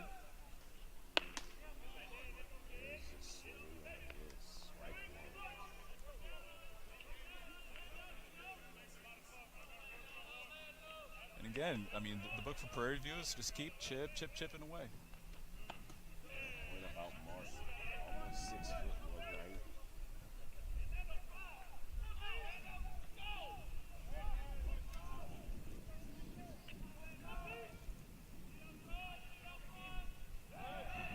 Going back. So avoid the ball. We've already seen 2 balls. And you've seen a lot more baseball than I have. Is that a nice way of saying I'm old? No, maybe, but some stuff was good on you. I'll give you that. This one, fair. Williams wants 3. He'll get 3. He's getting the go signal. No, he'll stop. They'll credit this a double for Donato. Great piece of hitting. Just finds the empty space on the field. Took the words out of my mouth. Great piece of hitting. Just wrapped it right down the line over the bag. Nothing that Martin is going to be able to do with that. And, of course, a long way to run over for the left fielder. So an easy 2-bagger there. Now second and third, no one out. And again, it's one of those questions. All right, so Prairie View, what do you want to do? Do you want to play some small ball? Do you want to try to hit around and get to Shaw? Do you want to get guys in motion? We'll see how they play it out, but plenty of options now with a great start to the inning. With no outs, if you can bring these 2 in, that cuts the deficit in half to 4.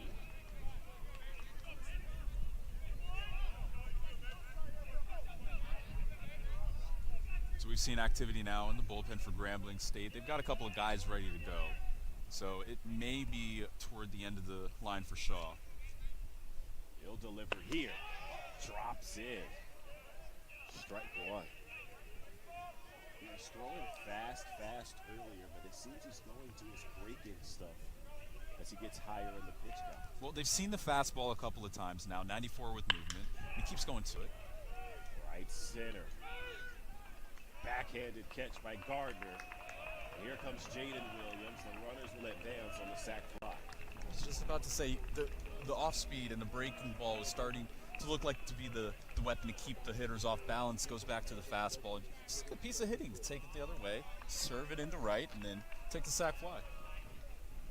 Now the Panthers starting to find some offense. Bring in 1. Got 2 in the 3rd. 1 in the 5th. 1 hop. Martin having control issues. Donato will make his way home. There's an error. Just put the pressure on, put a ball in play, make the third baseman make a play, because he has to make a decision. Do I go across the diamond? Do I try to cut down the runner at home? And moot point, E5, everyone's safe. Bring in another run. Deficit in half now. 8-4. Shaw inside.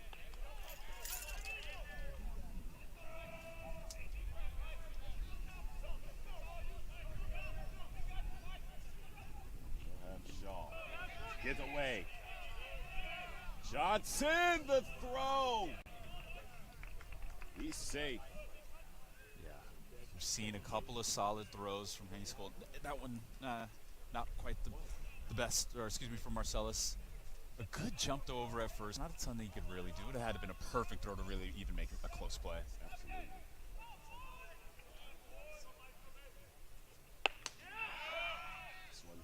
Weeks in for strike 2.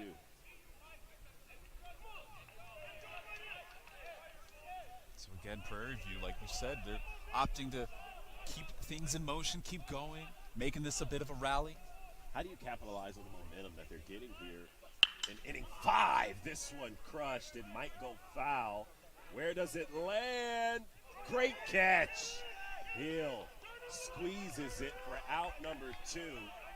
Johnson advances to third. The ball does its job there. Johnson in his prime scoring position. Moves the runner over. And I don't know if you can appreciate how awkward of a play that is, running over the shoulder into foul territory. Of course, looking up into the sun as well across everything else. Makes the grab, and yes, you allow the man to move up the extra 90, but the second out, most importantly, you just want to get the outs right now if you're the defense.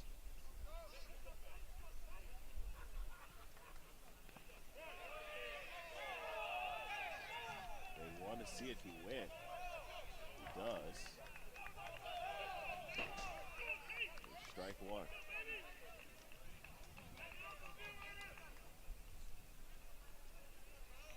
Here you go, Prairie View. A couple of runs in the inning, 90 feet away from getting a third.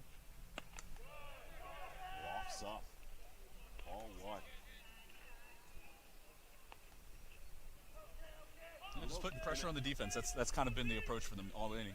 The great coach told me you don't need to get them all back at one time. Chip away. He went.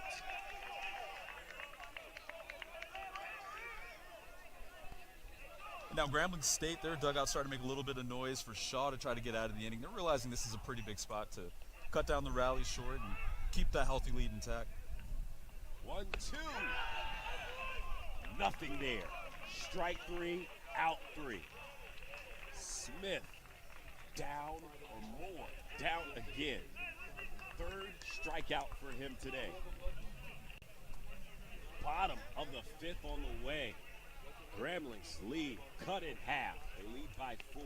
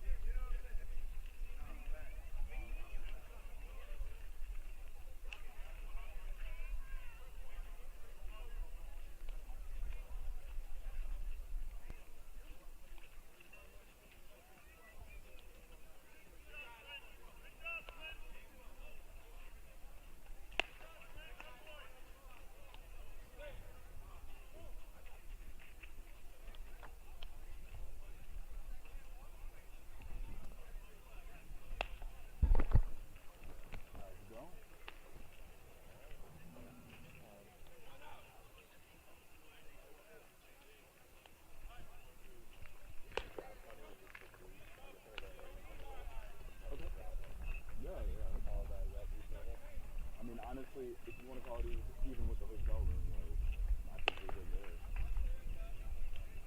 Your call.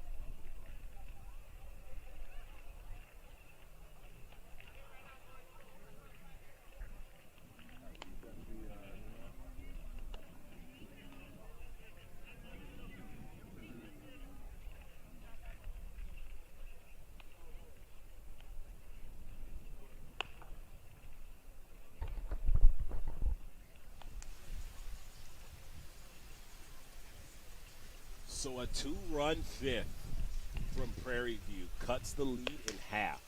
8-4 for Grambling State, who'll step to the plate. But the Panthers will send Kamar Dove to the mound. A transfer out of the Southland Conference from Texas A&M Corpus Christi. Didn't make an appearance with the Islanders.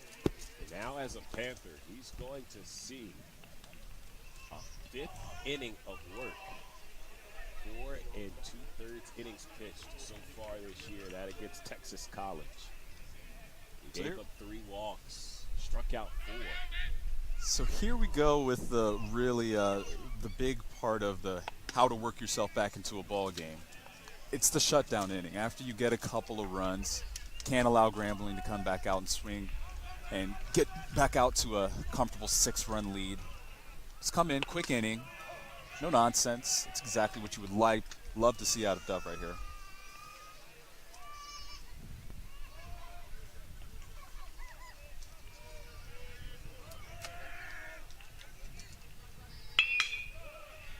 Kept on the ground. Williams, unassisted, steps on the bag at first.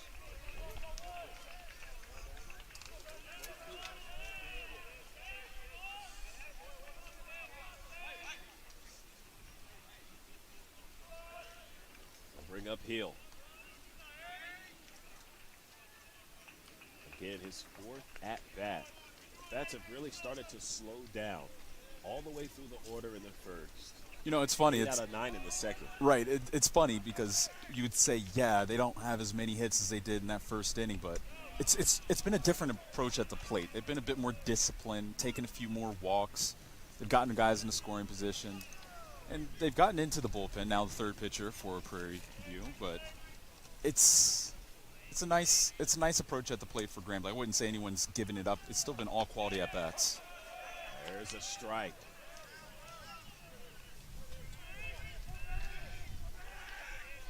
So because of the different philosophy at the plate, what does Dove need to do on the mound? From the Ray Burris School of Pitching, throw strikes, son. Throw strikes.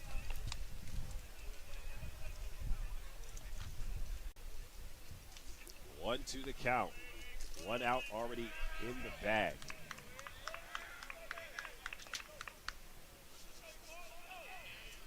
Dove, methodical. Lets this one go and catches him going. Through the plate for strike 3. 3 unassisted and a K. It's a good way to start the inning for Dove. So bases clear and 2 down, and looking to make it a quick inning. I mean, even if he allows a runner aboard, just not working yourself into a jam. Don't want to allow guys to get on with a free pass. That's the most important thing. Pitch to contact, that's fine. 4th strikeout today by a Panthers pitcher.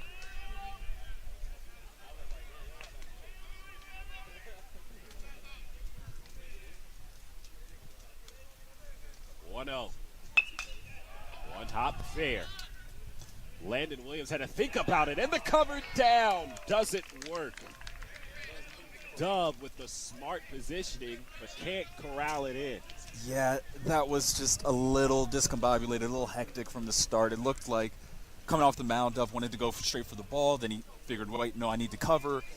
It was just kind of in between the two guys. So for Williams and for Dove, maybe a little miscommunication there. Because of the hesitation, it made the play a lot more difficult than it really should have been.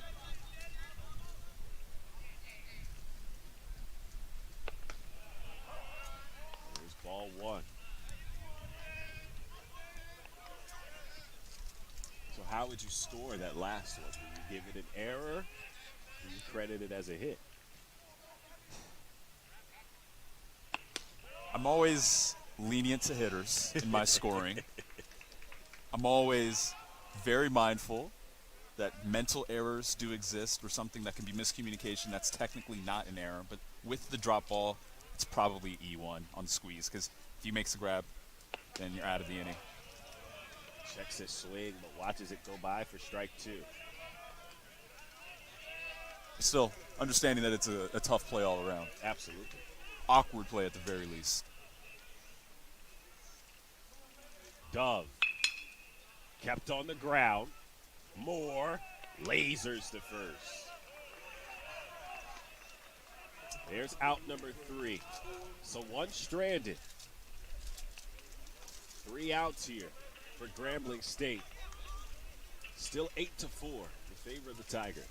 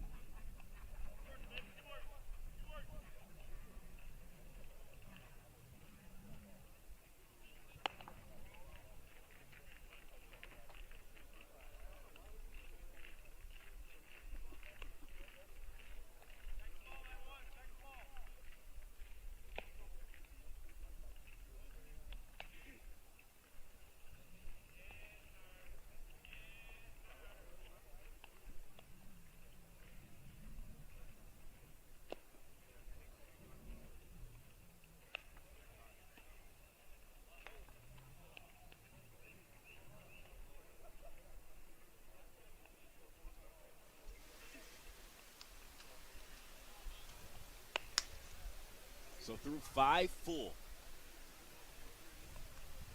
Grambling State with a 4-run lead, 8-4 over Prairie View.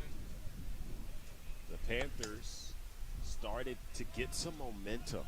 2 runs in the 5th, 2 runs in the 3rd. Their total of 4. That sends out Robinson for the Tigers. The right-handed sophomore, 6'1", 160, has 1 appearance so far in his career. That was against the University of Louisiana Monroe. In 1 innings pitched, they hung 6 earned runs on him. This one under the zone for ball 1. Yeah, a walk, 3 hits. But the real issue for him in that appearance, 4 hit batters. See if his control is contained with Heaskell at the plate. Struck out his last appearance in the 4th. Slides one in. For Robinson, this is quietly a big spot coming in. It is still a 4-run ball game, but 2 runs came across for Prairie View in the last time to the plate. Now let's see if they can get something going. Fair. Martin scoops it up, makes the throw, but pulled off the bag is Gardner. So back-to-back bunt singles to start the innings. So going back to the 4th and now here in the 5th. And look, again, it's starting with something small, right? But the small ball can pay off. It did the last time around for Prairie View. So now we'll see if they can capitalize again. And even on that play, with the speed of Heaskell, I don't know if that ball makes it on time either way, just the way he placed that bunt. Right. Knows it's the 9-hole hitter. He sees the bunt work the first time. He goes for it the second time. And he's in the box, so that's foul. Ball bobbled, jumped out off of him. But now you see Grambling State respecting it a lot more. Look at where Martin is. He's all the way in on the cut of the turf on the infield. Couple of steps in even now. He's charging down with each pitch. Throw back. Well, so now this is a situation where if you really want to get tricky with it, pull back the bunt, slap hit right at the third baseman, see if you can get it over his head, sending it for shallow left field. I mean, Martin is playing way up.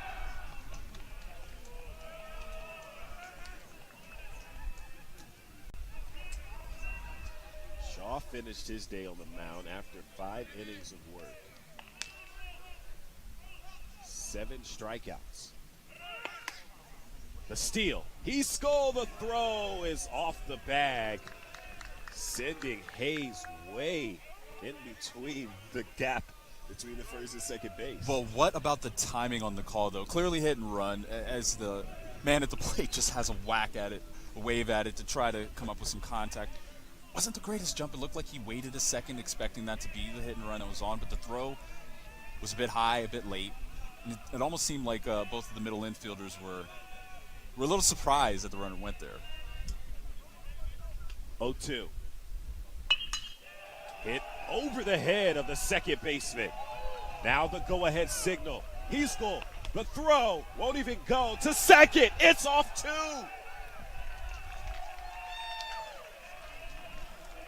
So an RBI for Moses. Make that 3 hits for him today. Bunt single, stolen base, RBI single. Now another man in scoring position with the throw offline. Chip, chip, chip away, Lendl. That's all it takes. It's down to 3, 8-5. Grambling State trying to defend this lead here.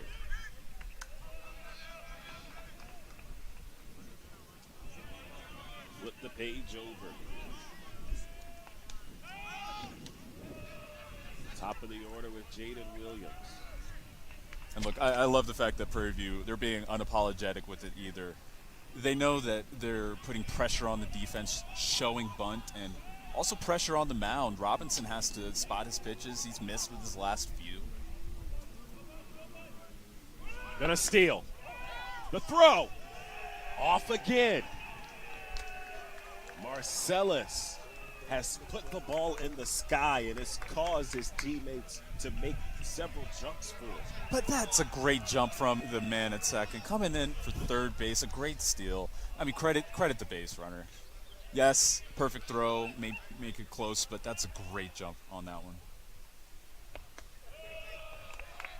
Moses steals another. But again, putting the pressure on the defense. So for Grambling State, they would have to execute. They would have to be perfect to make some of these plays. And No outs here. No outs again. 2-1, kept in the infield. Jacobs Gashard had trouble handling it, but delivers it to first for the first out. It sees a run through. So now a couple more runs, 4 straight for Prairie View. And what was Adam saying earlier about making a run? It's like a game of runs. It's Sunday baseball kind of has a feel to basketball like.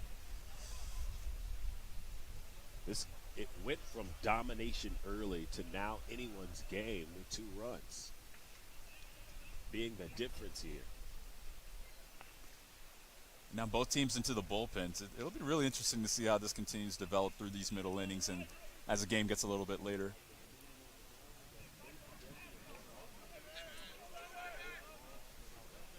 So 1 out.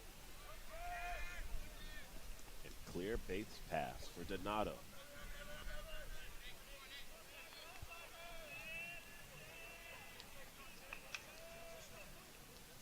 Had a double his last appearance. A single in the third. Flew foul in the first.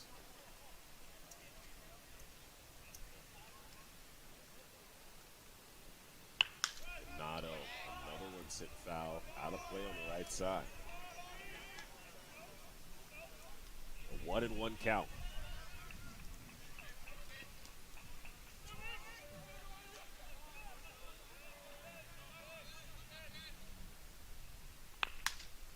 Bounce.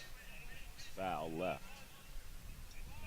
Activity continues in the bullpen for Grambling State. Got a right-hander up and loose. Would expect Robinson to continue to have this inning unless something else were to develop here. So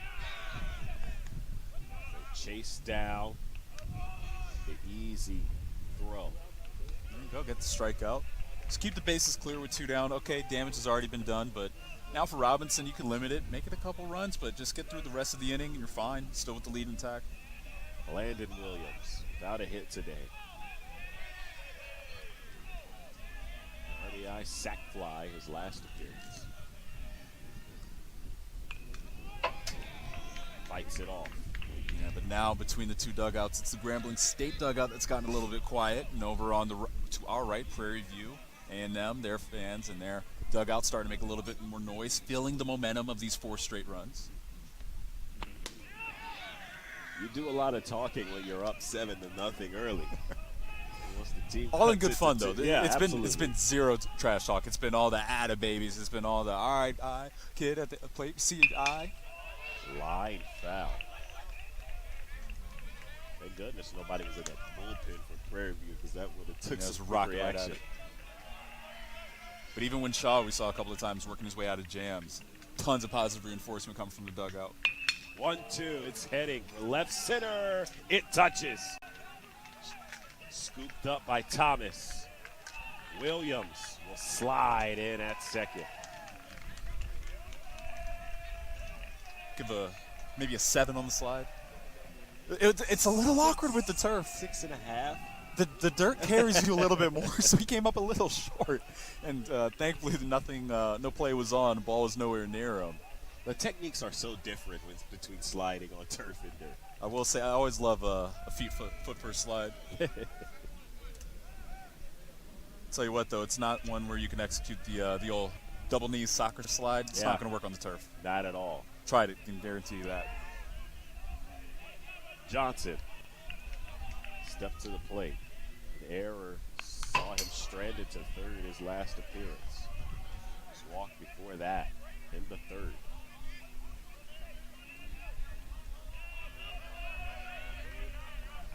Another runner in scoring position. Well, and look, I mean, we're asking, okay, how do Prairie Prairie View, worked their way back into the game. Well, look at where it is. A couple runs last inning, couple runs this inning. To the shortstop. Throw to first, on time and on target. Out number 3, so Grambling State surrenders 2. Or surrenders 1, but strands 1. Deficit cut down, 8-2, 8-6 in the favor of Prairie View.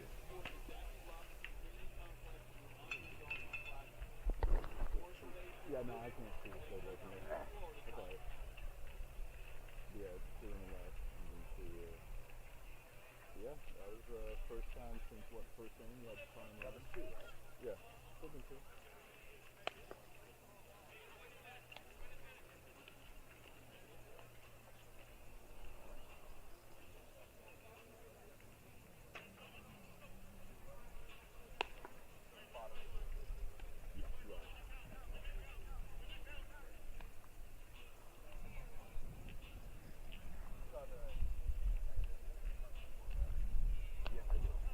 Oh, you got it. Yeah, I mean, just follow radio principles, time and score.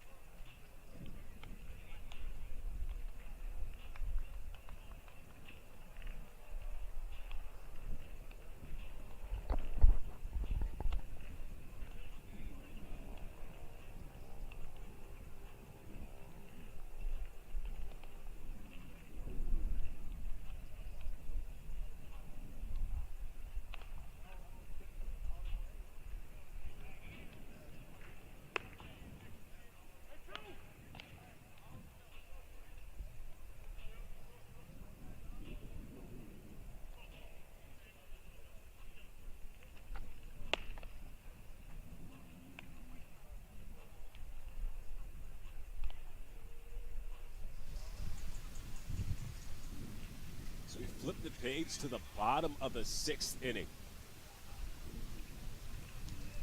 8-6 in the favor of Grambling State. 2 runs in the visiting half of the 6th. Made this a 2-run game. It started after 2 fulls, 7-0. Grambling State has struggled to get any runs on the board. Got 1 in the 4th. Since then, Prairie View has put up 4. 2 in the 5th, 2 in the 6th. No response for the Tigers in the bottom of the 5th inning. Now looking to respond. Bottom of the 6th. Have to do with 7, 8, and 9. Arner at a plate, launches the fastball, go by for strike 2. So we saw the first trip out for Kamar Dove. Allowed a man on and an error, but that was it. Got the shutdown inning he needed in the 5th. Now bottom 6, another big spot. Try to keep this at a 2-run ball game. Lines it inside. Dove, a strikeout. Only saw 4 batters.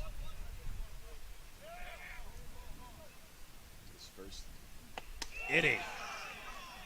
Nothing there. Second strikeout for Dove.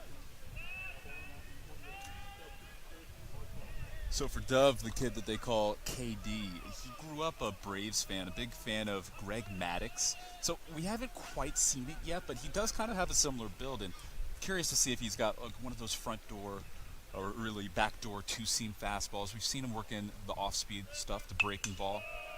4-seam fastball. It's got some jump to it. But so far, so good for him out of the bullpen. Out of the pitches you saw from him so far, which would you say is the best in his toolbox? It seems like possibly the breaking ball.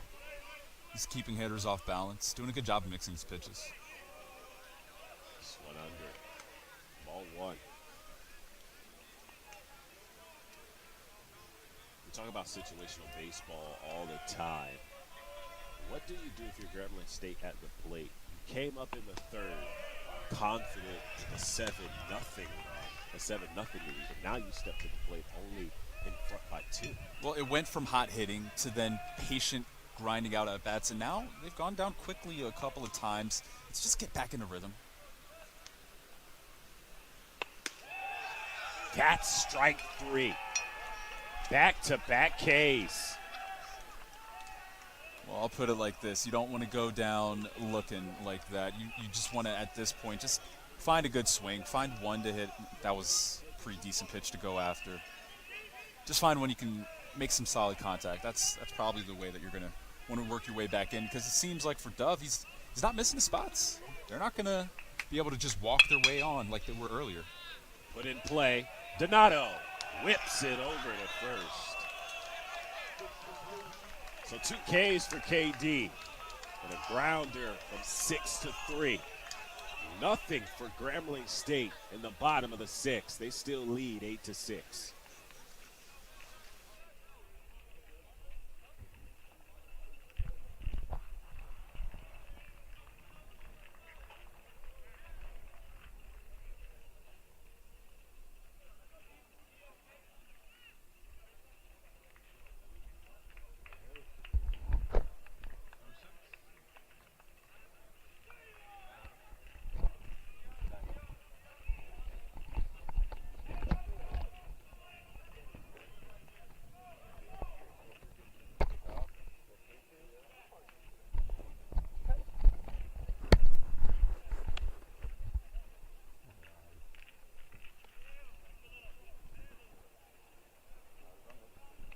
I was just gonna say, come on, let's go Prairie View.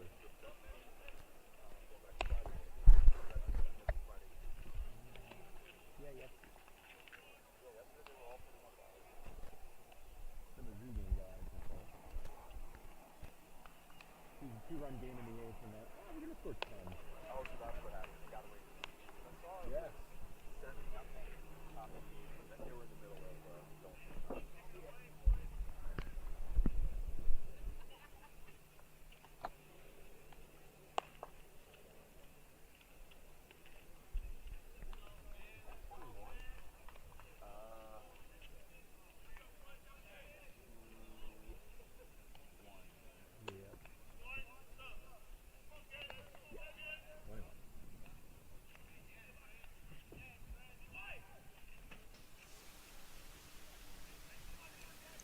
So Robinson only given 1 inning of work. They'll bring Darryl Fletcher to the mound, the right-hander, 6'1", 215.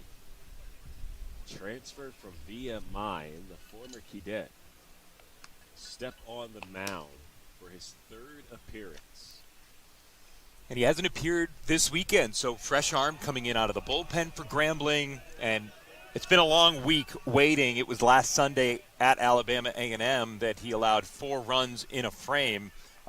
So, you've been sitting on that for 7 days. I'm sure he is geared up and ready to come in and compete and hang on to a lead. It's a 2-run game here in the 7th.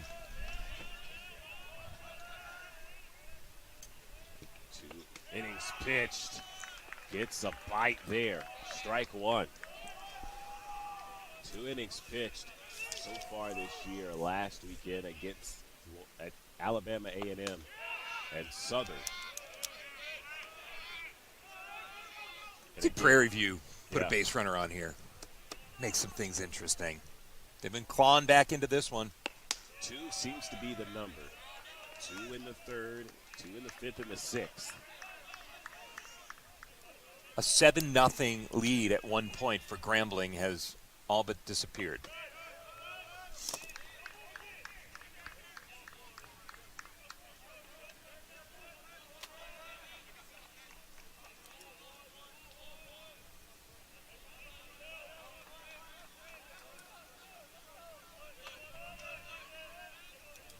Fletcher.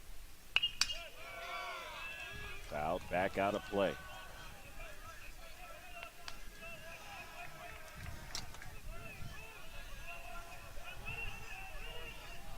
Johnson at the plate for the Panthers.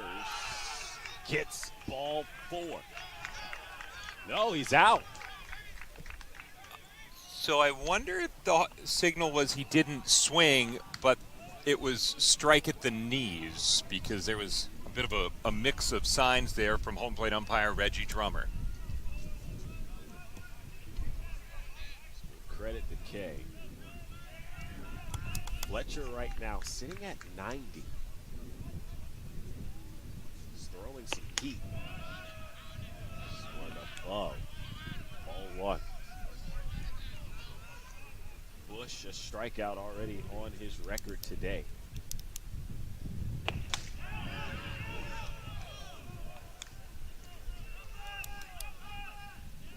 Last pitch, 91. 0-2, put in play to the first baseman, and Gardner, cool, calm, and collected, makes the trot to first. Ball had a lot of English on it, so Gardner was waiting back, making sure it didn't snake one way or the other. Easy pickup by the time it reached him. 2 outs down.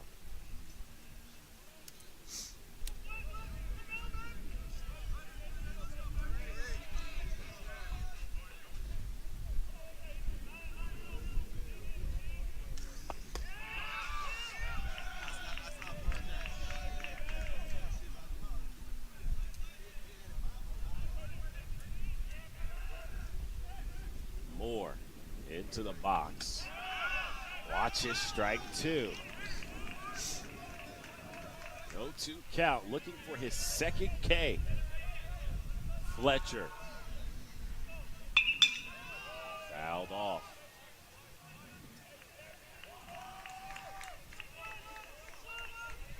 Still early, Adam, but what has impressed you as he's come in the 7th inning? Yeah, he's just come in and gone right after guys. And again, it's been a long week of him waiting and sitting on a 4-run performance and just coming in with a whole lot of confidence and guts, saying this is my inning. He wanted that last one belted out after it was over. 2-2 the count. 2 outs. A chance to retire the side.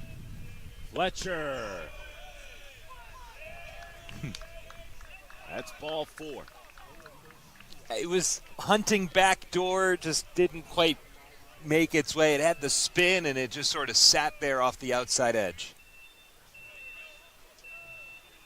Number 8 in the order, Eagle.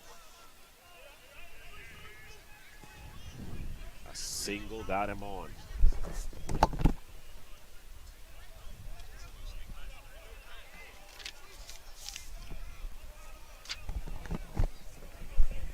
So they'll send him back. Yeah, someone coming back to the dish. They've got 3 balls and 2 strikes.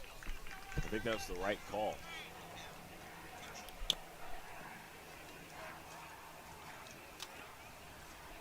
So Moore will have to suit up. Still a chance to retire the side.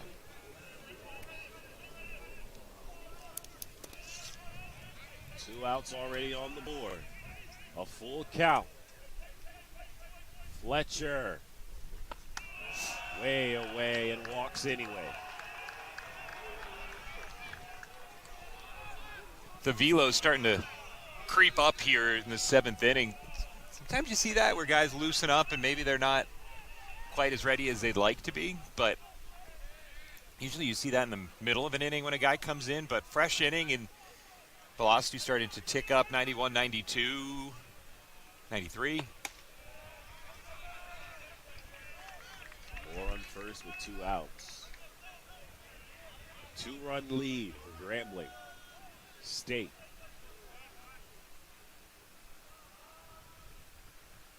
Fletcher on the mound for the Tigers. There's ball 2.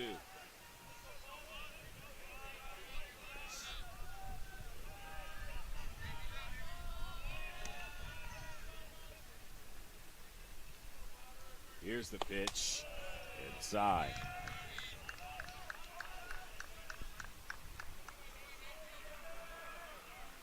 Two on the count.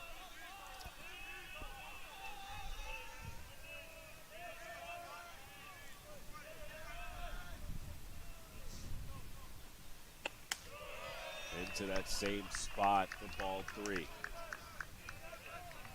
Starting off with a strikeout. Allowing one to get in play to first.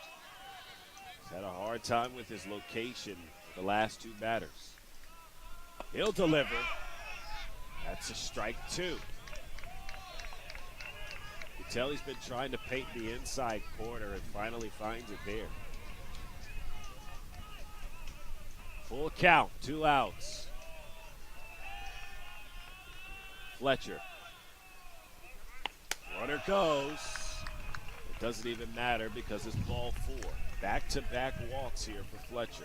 What we saw in yesterday's game, one of the last games, was Alabama State with the win over Missouri, and there was a 4-run inning for Alabama State where Missouri had 2 outs, nobody on, the pitcher was locked in out of the bullpen, and not that any damage has been done yet, but all of a sudden the tying run is aboard after the first 2 batters were easily retired here.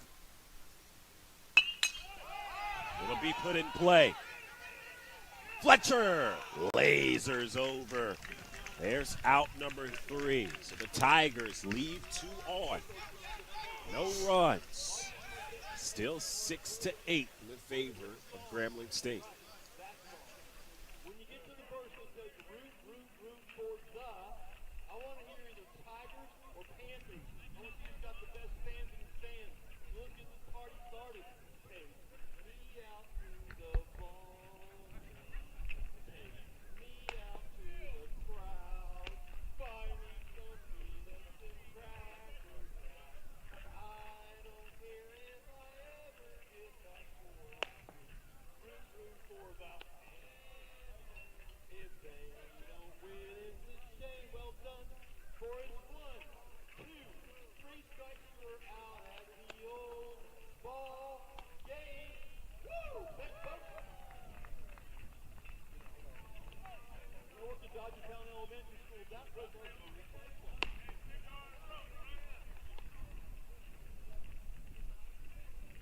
My wife was nuts.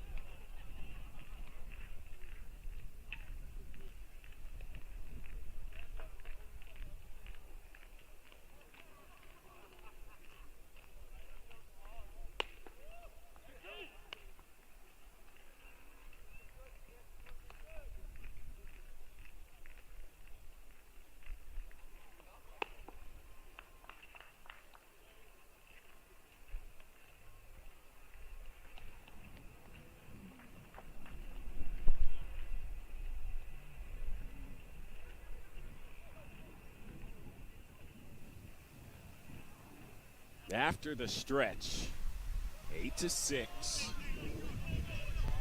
The Tigers still clinging to the 2-run lead.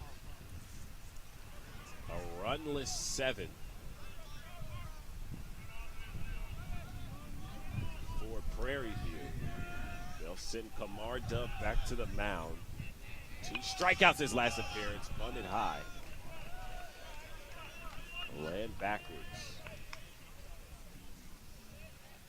Now, if you're Grambling here, you got a second inning going up against Kamar Dove, and you just put up a 0 after Prairie View had threatened a little bit with 2 outs. And so Prairie View's already thinking a little bit that they're disappointed that they couldn't put any runs across in the top half of the inning. So you come up here and you start stringing things together, that could be a pretty big step towards victory if, as you've seen your once 7-run lead slowly slip away. This one whips in for strike 2.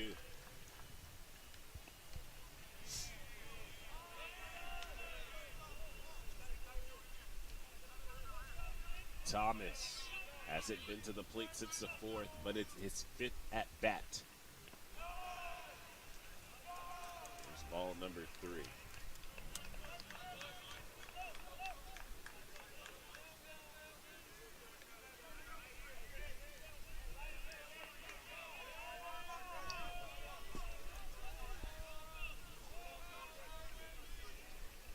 Two. Hit him. There's the hit by pitch. Yeah, that wasn't a ball in the strike zone, certainly. And Martavius Thomas, though, really tracked it all the way in. And the time you say, he didn't get out of the way, I would say he did more than just not get out of the way. There was pretty active effort there to find his way aboard any way possible. That's what your leadoff guy does. That's why he comes in with a .516 on base percentage, and he's been on a couple of times already today. Hayes will step to the plate. Back-to-back strikeouts. Third and the fourth. Got to steal Thomas. He slid and didn't even have to. This ball was away from Eastham.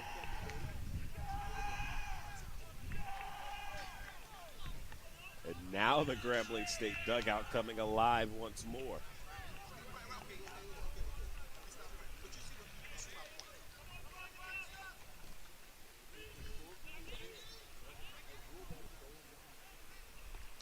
After the wild pitch, he's going to come console Dove on the mound. Yeah, that makes you think that it was a pitch where ball got clean past the catcher all the way to the backstop. So you'd have to imagine there were some crossed signals there with the runner aboard.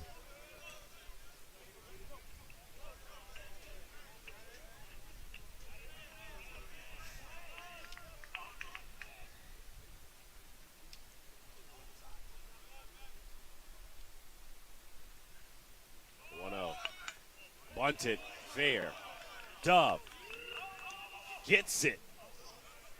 There's out number one. That was will advance. Almost a compounded situation there. Landon Williams did really well to present himself into fair territory, but then that throw was tailing right smack back into 9 Hayes heading down the line. And so that shows you where Grambling's head is at. They know they've got 6 more outs to go pitching, defense, and they're saying, hey, one more run would be a real nice addition to this cushion, make a 2-run lead, a 3-run lead. Seems like Grambling State is starting to find their groove, or at least getting back to where they were. Smart base running gets them on. How do they capitalize now with a runner on third? You wonder if there is going to be another bunt play put on. Again, when you got that runner at second with nobody out in this situation and you put it in play with a bunt, you are saying that, hey, we're looking to get one more run. We're not going for a 2-3 run inning here. We just know how critical that extra run is. So I know that Trey Bridges comes in as a 370 hitter, and he's got some extra base hits, and he's one of your better hitters. But at this stage of the game, if you're comfortable with his ability to just get down a bunt, and Martavius Thomas, you love his speed at third base, you can be pretty aggressive here with Grambling if you're saying, yeah, we just want to get one more run and turn this into a 9-6 game. Speedster already stole one earlier today.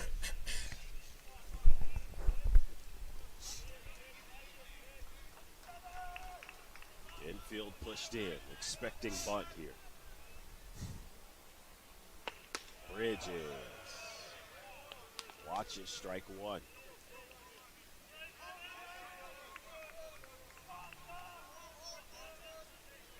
One out. Sending is back to the gate.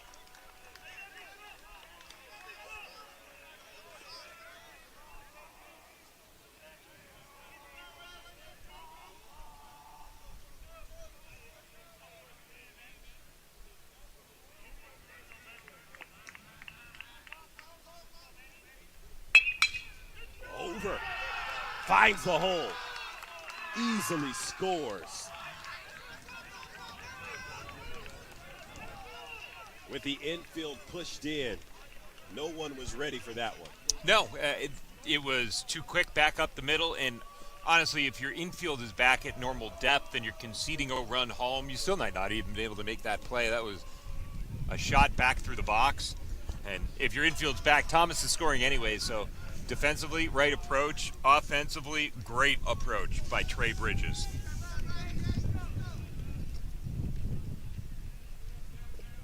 Bring up Hill. Strike out his last appearance. Leans back for ball one.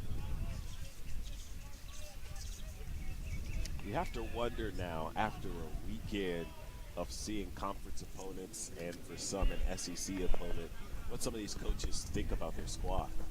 Yeah, it is a unique setup where most of these conferences and all around the country, you're playing teams that you're going to play this year and you might not play again for another 5 years. So there's no continuity, there's no correlation between results. But obviously here, you've got 3-game sets coming up against some of these opponents down the line, and NCAA tournament spots could be up for grabs in postseason play. So, I think there's a little bit of a measuring stick component to some of these battles here this weekend. And it's interesting because of the way that college baseball works. You never really know what it's going to be like in conference play. You can get an idea, but there's always a team that doesn't look great in non-conference play that turns out to be better when the record's reset to 0.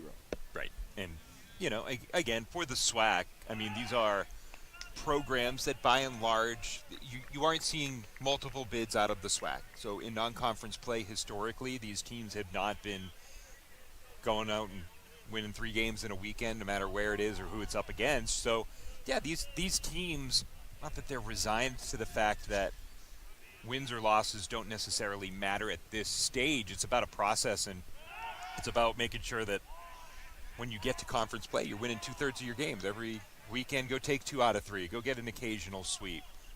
That's really what it matters. And, it's a little bit of a different perspective than, you look around the country and you see some of these teams in the top 25 and they're worried about RPI and at-large bids down the line. And that's just not where these schools are at. So it is just about making sure by April 1st through the end of the season that you're playing good ball. And when you're in a 1-bid lead, that makes every game in conference matter just the more. Yep. Yeah, absolutely. And I know, Lendl, that you're associated with the Coastal Athletic Association, and that's one of those interesting leagues where last year it was a 1-bid league, probably should have been a multi-bid league, and there are these fringe teams that they're just interesting stressors along the way over the course of a season, and who's beating who, and RPI, and all of it. And again, it's a little bit of a simpler existence for teams out of the SWAC where, better or worse, it comes down to the conference tournament. Pass more. There's a base hit. 2 back-to-back hits for the Tigers.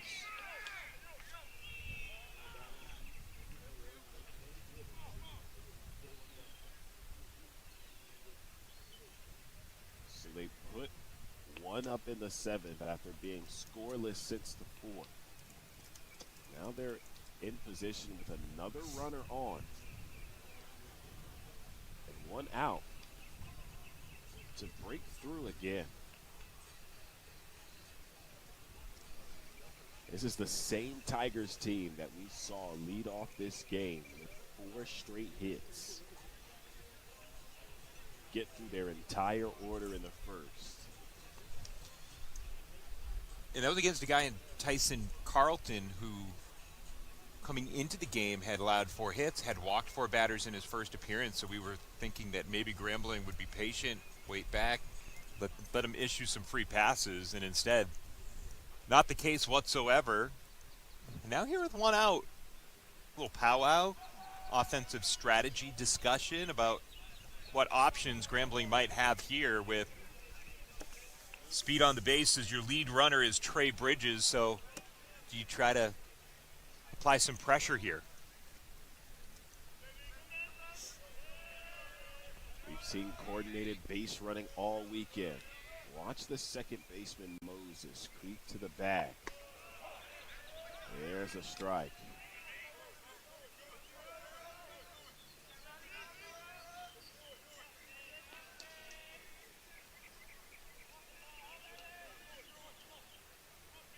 Dove looking over. It's hit foul and out of play. Knowing I'd be seeing you this weekend, I couldn't help but take a look at the CAA standings. And Charleston, Northeastern doing their thing. Yep. UNCW is still always floating around. And Campbell, 1-5 start. Yeah. That's unusual. First season under new head coach Chris Marks. Coming in from Purdue. Still trying to figure out their hitting situation. Here's the throw back. Tag not applied in time. Doesn't matter. We won the Super Bowl. We beat ECU, so that's all that matters. Trying to figure it out to get to Ryder, and then the Duke team coming in on Tuesday. Here's a throwback. Way away from Moses. And now that I've got you here, and on the record, is it just, can we call them just the Camels, or is it always the Fighting Camels? Like, what's the, I never can't quite figure it out. Okay. Personal pet peeve. Sure. It's just the Camels. I hate it. This one finds the hole. Coming around his bridges. He'll score.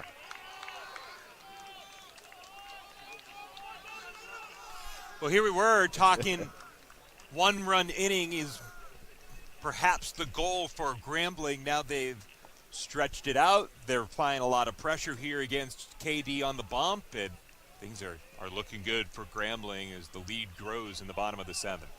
Bennett gets on with his first hit of the day. It's an RBI single. Pet peeve, where are we at? Pet peeve. I hate the Camels. Okay. I do not like that name. The Fighting Camels, and of course our branding officer Jason Williams will thank me for this. It's always the Fighting Camels. Now you can cut off the G and put the apostrophe if you decide. Okay. But it's not required like the Fighting Blue Hens of Delaware. But the Fighting Camels. I'll always say the Fighting Camels for sure. Okay.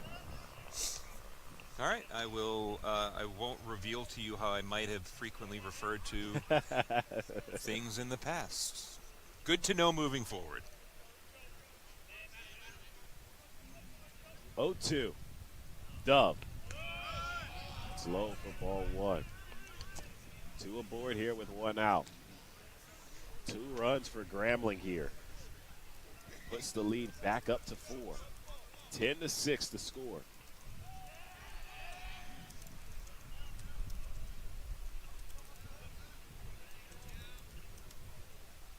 Martin at the plate. Waiting. Dove. No pitch clock here, so he can be as methodical as he wants. Takes all the time necessary and delivers ball 2.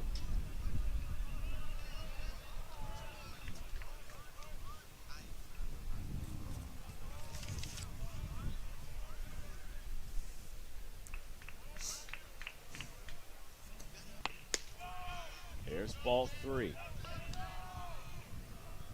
Trying to get Martin to bite. He was hit by a pitch in the first, walked in the second, walked in the fourth. He's on the verge of his 3rd walk in this game. Fouls it off. Talk about patience at the plate.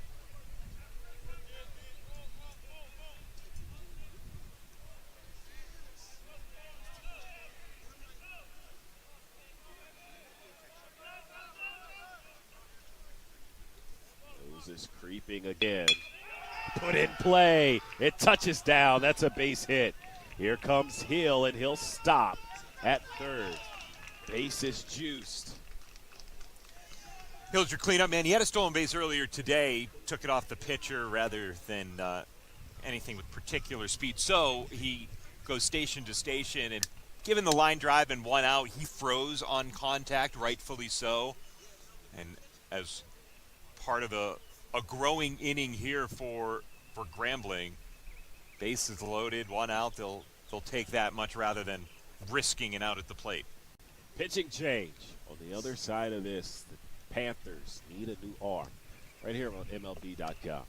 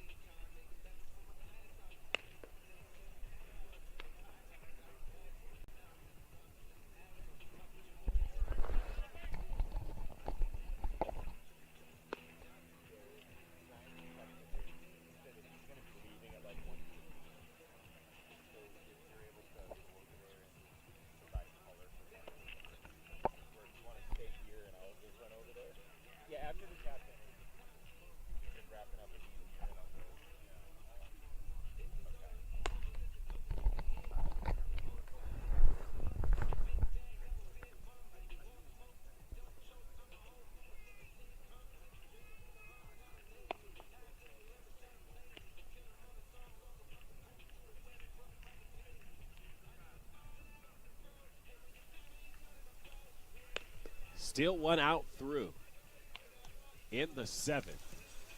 2 runs already in the bag for Grambling State.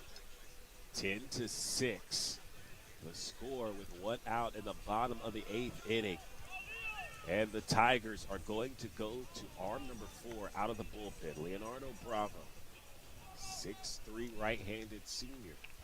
Back in his home state of Florida, transfer from St. Petersburg College. Played JUCO here in Florida. 4 innings pitched versus Texas Southern last weekend. Then versus Alabama A&M on Friday. 3rd innings pitched. He'll come back and deliver a strike. Comes in with an ERA of 2.08.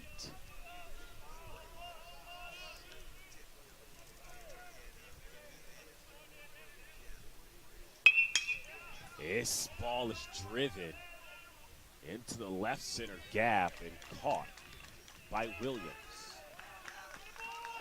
Advances the runners on the sac fly, and now an errant throw back into the infield allows another run.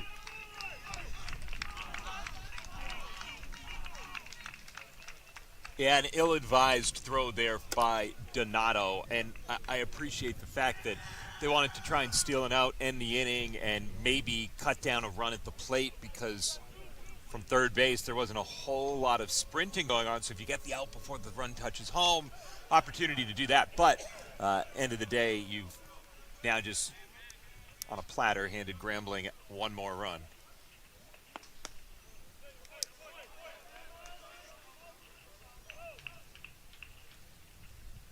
Two outs. 4 runs in the 8th. Lead up to 6. Mishandled by Moore. The throw bobbled at the bag. Donato tried to get it in. It was on time, and Williams dropped it at first. I mean, that had an opportunity to be a spectacular play with a 5-6-3 putout. And even off the deflection and the slow developing effort, still had a chance to record the out if the pick was made at first base. But back-to-back poor throws there from Donato. So 2 outs. And a runner comes through again. A 5-run 8th for Grambling State. 13-6. There's strike 1. You have to wonder now if the mistakes are more mental for the Tigers at this point, seeing 2 back-to-back. Out of the way. Yeah, and I think this is really what we were talking about with bullpens being such a factor on Sundays in college baseball, that you get down to it and you got to find a guy or two that you think is going to be able to give you some outs. And you would hope that Kamar Dove would have been able to give you a strong second inning based on what he did last inning.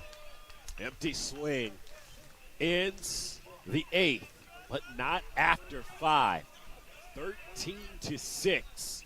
Grambling State back on top by 7.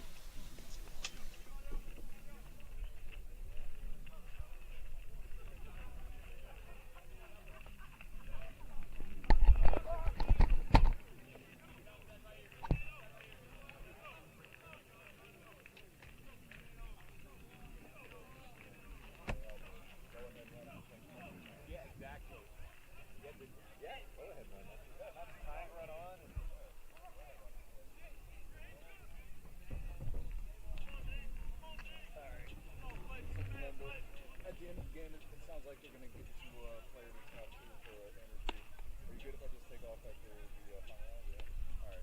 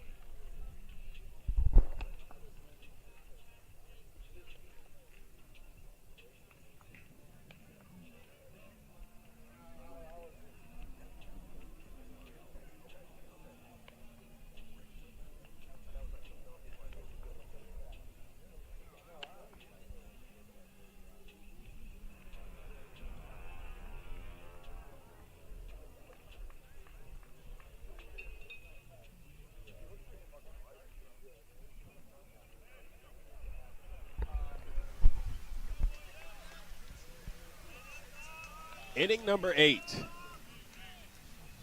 13-6 the score. And a 5-run bottom of the 7th for Grambling State has ballooned this lead up to 7.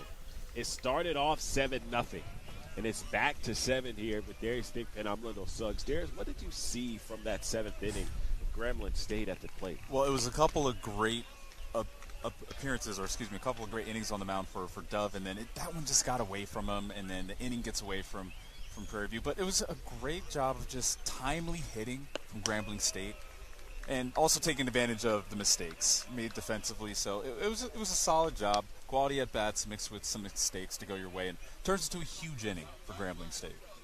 Send Fletcher back out. This one above the head on a wild pitch.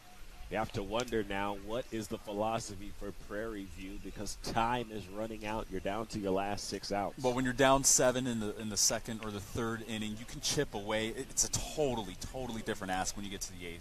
You have to come up with instant offense. You got to get any base runner you can. So it starts with getting base runners in. There, tag one on the back, take through the base, and just keep getting 90 feet any way you can. Jaden Williams hit by pitch. That was his 6th appearance in this game. For his 5th appearance. You have to wonder now, we've seen 3 pitchers from Grambling State, and already a mound visit with the shaky finish from Fletcher at the end of the 7th, walking 2. What the play is now, bullpen activity is going for the Tigers. Of course, you would expect him to have a longer leash with 7 runs. Well, and I don't think this is indicative of him getting ready to get pulled or anything like that. It's just making sure that if things were to transpire, if this inning got out of hand, that you have a few more arms ready to go. But, I mean, the mission here is just no base runners, no free passes, pitch to contact. That's it. So stop the spiral before it starts. Exactly. It's just, hey, just going to talk to you real quick. You went and hit the guy. That ball got away. Hey, it happened, slipped out of your hand, whatever. I'm just going to talk super slowly so that the guys warming up behind you have a little bit of time. But, look, nothing is going to take you out of this game at this moment. Even if it was a 2-run home run, that doesn't hurt you. Just go, hit your spots, you're good. Donato struck out his last appearance at the plate.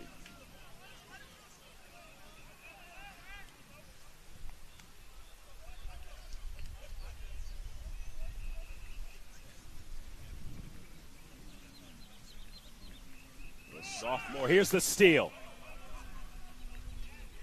Marcellus won't even attempt the throw.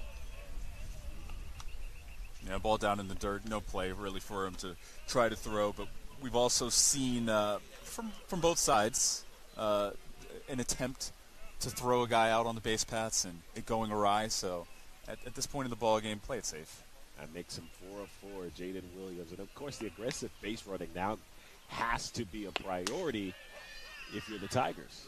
On the other side, though, for Grambling State, it's not quite to say that it's going to be complete defensive indifference for the man moving up 90 feet, but if this run comes in to score and you get the 3 outs and nothing else happens, you don't care. That's fine. So he can take the 90. He can take third base at this point. 3-1. Close again. That would have been the second hit by pitch. Just moving out the way as Donato at the last second. You can see him kind of brace for it. 3-1. Crushed, but foul.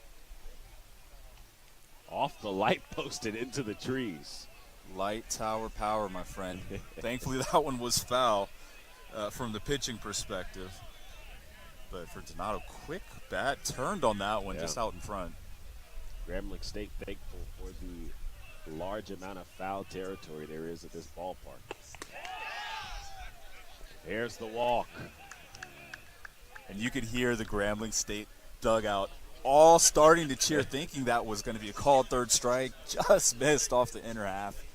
So now it's first and second, and now with a couple of base runners, it's saying it's about time. It's like, hey, let's go ahead and stuff this out before it turns into anything.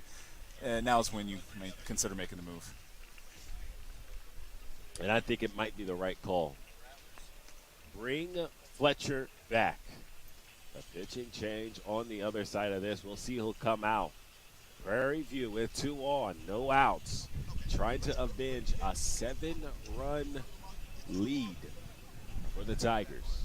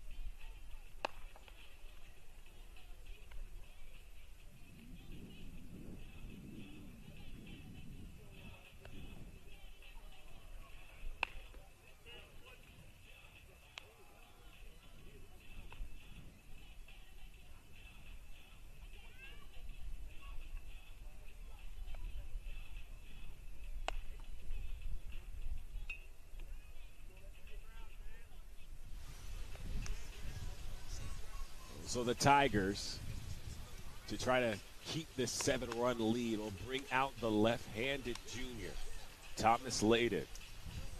Standing 6 foot, weighing 190. Transferred from Des Moines Area Community College. Already with 2/3 innings pitched, 2 strikeouts in that appearance against Southern. He's got an ERA of nothing right now and trying to keep it down. Last year, he appeared in 6 games.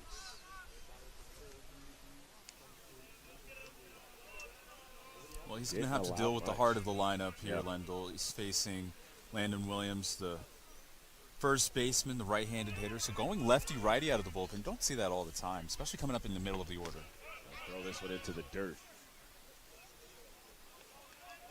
5 2/3 innings pitched. Last year, Des Moines Area Community College allowed 5 hits and 12 runs, all 12 earned. Into the dirt before the plate. Now the throw to third is off the bag.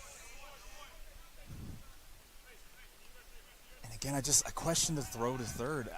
You're not really, it doesn't look like you're going to get him. He gets a great jump off the dirt ball, but I mean, what's the upside? The upside is, okay, you catch him, cool, you get the out, but the downside, that ball goes into left field and it's a run coming in. 2 bags swiped for Jaden Williams. Now Layden Williams.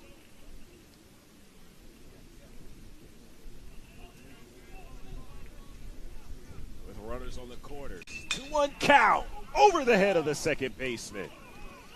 That's an RBI single. Now Donato makes his way to third. And Williams picks up another bag. Heads up base running by Williams. A great job, of course, getting the clutch hit into right, but seeing the throw go all the way through to third takes the extra 90. So for Prairie View, they're doing exactly what they need to do. Just keep the line moving.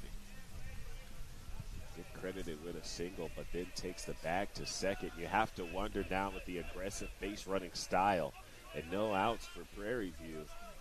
Can they continue this momentum that they have? So it's funny because I keep saying, well, you don't want to make this a short inning by running your way out of it. And that's where Grambling State is like, okay, well, maybe we'll give them the extra 90 feet on a ball in the gap or whatever. But you want to make sure that you're just taking advantage of each at-bat, each plate appearance. So it's not quite chip your way back in so much as you are trying to get a rally going right here, right now. And it seems like Prairie View, they're feeling it. So this is perfect time for Zinni to go and strike. Kept in play. Picked up by Jacobs Gouchard. He makes the throw to first. Routine for out one, but another run scores. So doing his job is Johnson. He'll get the RBI. The runners will advance. Another one in prime scoring position. Donato clears, and that's 2 runs down now.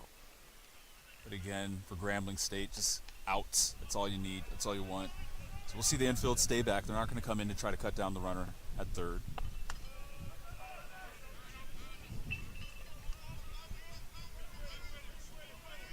Thirteen to 8. Grambling State still in front. But the Panthers of Prairie View trying to chip away. They'll need to do a lot more damage, still trailing by 5. Started off at 7 in this inning. But already a multi-run inning. Even if they bring in the third, okay, 6-run game. But you really think, like, if this becomes a rally where they get maybe 2 more, 3 more, that sets you up for the 9th inning where, okay, now you're really in striking distance. So not to say that you wouldn't take the run, but it's not the time to go for a sack bunt or think that 1 run is going to be a good enough inning. You need a couple more. So you do want to really keep the rally going if you can. Work good at bat, get on base, keep it moving. Sacrifice still an opportunity, but really don't want to give up the out this early. Exactly. Knowing how many runs you need. There's strike 2. Yeah, they don't have enough outs to play with to really think about a sacrifice or anything like that. Here's the 2-2. Laid in, sends low.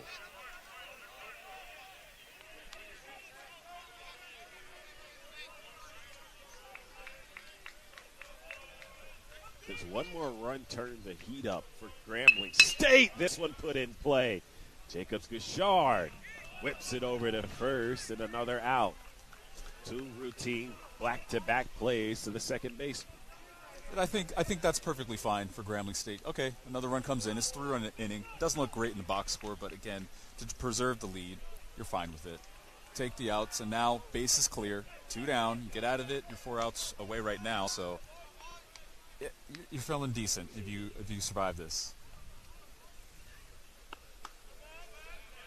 First one out for ball 3. It's a 3-run 8th rather. Prairie View down to their final 4 outs.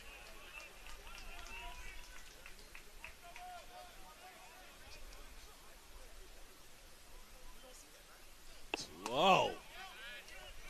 The one thing you can't do, cannot allow any more base runners. Have to get back control, be careful. If you're going to pitch inside, we've already seen a couple of hit batters today. Smith, after being named the co-hitter of the week, it's been ice cold as he'll take the walk to first. hasn't had a hit all weekend. And since his average way under 100, and he's been struggling. Yeah, just one hit for him on the season. But look, he'll take the walk. Your Prairie View base runners. That's all you want. Keep taking them. Letco hitter a week, but selection. The Swingman Classic. Have to wonder, after hitting 52 RBI, 65 runs, is this a sophomore slump for him? Freshman year, got his first selection to the Swingman Classic. Well, I will say, I mean, we're at the stage of the season where the numbers absolutely lie. If someone is hitting 400, they're 2 for 5 after a good series. Okay, sure. Yes, he's a great hitter. It's too early. Yeah. After you get about a month in, then you can see those season stats really start to tell a story. Throw back, a diving Smith. He's back in time. Moore, on the other hand, has struck out 3 times in a row. Second, fourth, and the fifth. Walked his last appearance. Trying to get him to chase, and an easy steal on a wild pitch.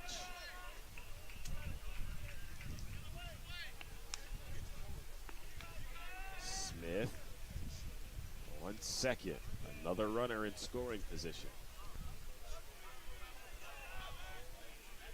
That's the third one in inning number 8 for the Panthers. There's the walk. Back-to-back walks for Moore. And now you're in danger zone if you're Grambling State, because it's gone from, okay, we can trade runs for outs, that's fine, but a couple more walks with 2 down. And don't look now, but you're just a ball in the gap away from being exactly where you were an inning ago, 2 runs down. The lead has shrunk from 13 to 9, and they'll make the change. After 7 batters, a switch on the mound. Pitching change to start the inning. And with 2 outs, they'll change again. Still 13 to 9. 3-run 8th with 2 outs. Finds the lead for the Tigers shrinking.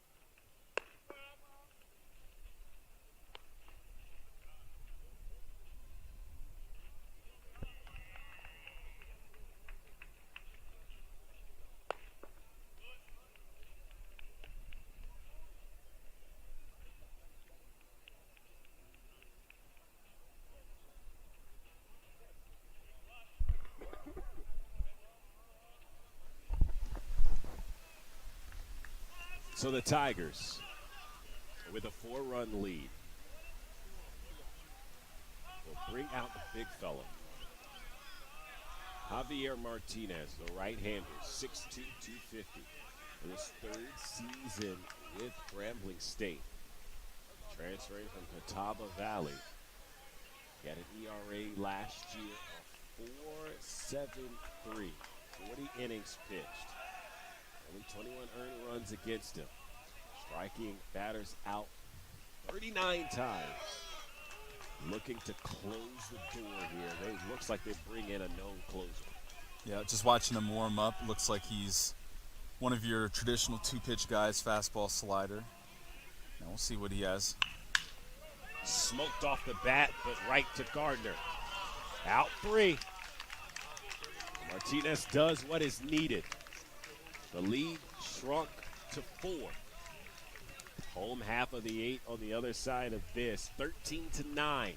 Tigers still up.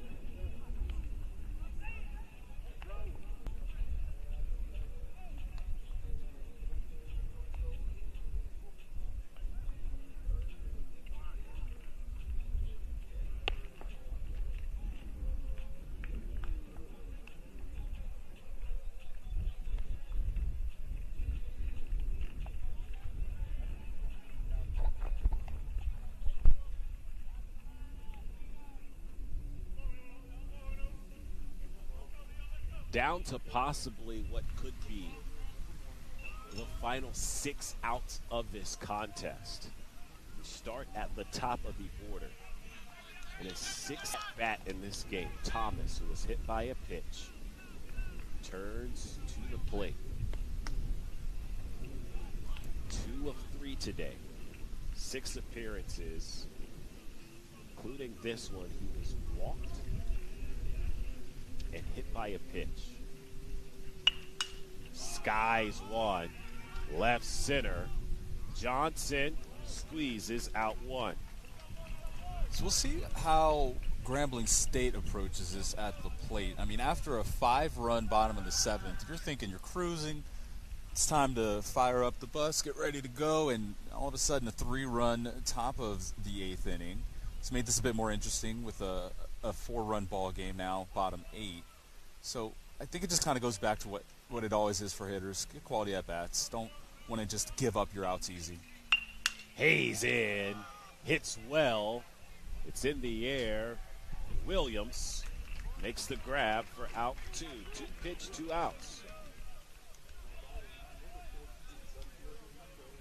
Strategy seems to be for Prairie View is put the ball in play and let your defense work. Well, meanwhile, for Leonardo Bravo, the right-hander on the mound, the senior for Prairie View, it's just, pitch to contact. Hopefully get some quick outs and then give the offense a chance in the top 9. You want to turn it over and get it back to the bats as soon as possible. 3 runs. 3 runs in the top of the 8th. And again, 3 runs if they go the other way, make it a close game. Yeah. That's exactly what we're all rooting for, I think. Healthy hack for strike 1. Grambling State, of course, wants no part of that. Absolutely They want to make this nice and comfortable, riding out into the 9th, get the 3 outs, get the win to wrap up the weekend. The Tigers have put the pressure on them. It started a 7-0 game. Tigers chopped it all the way down to 2, and then an explosive bottom of the 7th, adding 5 runs to balloon it back up. And now, pressure is still on. A much more reachable game after a 3-run top of the 8th from Prairie View. Well, look, for Prairie View, no matter what happens with these final few outs, after going down big early, fighting back into the game, bringing not just the tying run, but the potential go-ahead run up to bat in the middle innings. It's been a solid fight back, and especially after getting run ruled in one of these games, you just want to make sure that you come out, all right, make a good show of yourself, and against a pretty solid-looking Grambling State team. They've given a good account of themselves today. Count remains 2-2 with 2 outs here. A 4-run lead. Smoked left, but he'll maintain foul. Wind now pushing in a favorable direction for the hitters. Right up center. 2-2. Low, that works the count full. Yeah, starting to really feel that breeze blowing in from behind us a bit. Slightly right to left across us. Hit up to left. Johnson squeezes again. So 2 outs for Johnson. Down in order, 1, 2, and 3. 3 outs away possibly. The Panthers need 4.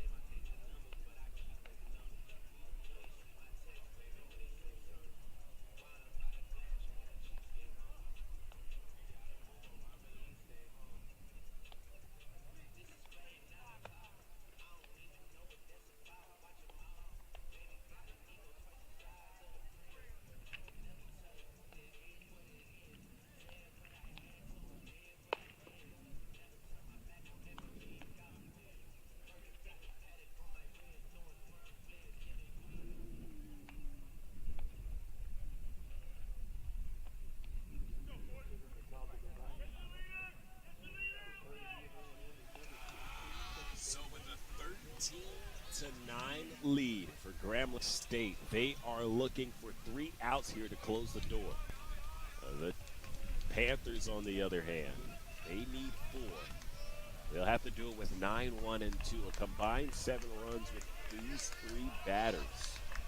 A lot of production coming from the bottom of the order, and a lot of it has been with the small ball, laying down bunts, putting pressure on the pitchers. Martinez. You can tell the defense is anticipating the bunt. The corners keep No, moving. absolutely. And going all the way back to Shaw, who started this game for Grambling State, where he got into trouble, were those infield hits, the bunts, bringing them off the mound a couple of times, turned into runs each of those times for Prairie View. And now with the big righty on the mound, you want to kind of challenge Martinez. So looking over at third, of course, Martin is all the way in. But a bunt, maybe up the first base side or even right to the mound. Put the pressure on the defense. Martinez offers, and it's an empty swing for strike 2. So Martinez is a big righty. He is a closer for Grambling State. Really a 2-pitch guy I've seen. Good fastball, but his slider's got some solid bite to it. On a Sunday where we've seen 9 pitchers combined for both squads, Shaw started off consistent. He started off well. A great 2 innings of work from him. Started to trail off in the 3rd. Finished out all the way through 5. And then they brought in Robinson, who only pitched in the 6th, got them out that jam. They brought in Fletcher. Didn't like what they got from him. He closed out the 7th and then the 8th, laid in, started it. And allowed 3 runs for Prairie View. And they brought in Martinez. Through 2 pitches, allowed the ball to be put in play. Hit by pitch, no. put in play. That's out 1. No, that was 4. Yeah, So there was ball. a little bit of confusion there. Martinez on the mound, he was begging for the call. He thought it was strike 3. And then there's a question, okay, are you saying that was a drop third strike from Marcellus? Throw over to first, but no, it was ball 4.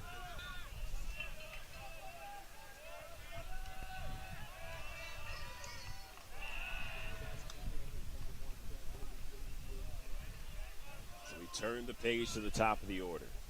So again, bottom of the lineup, bringing Prairie View some production. Leadoff man aboard.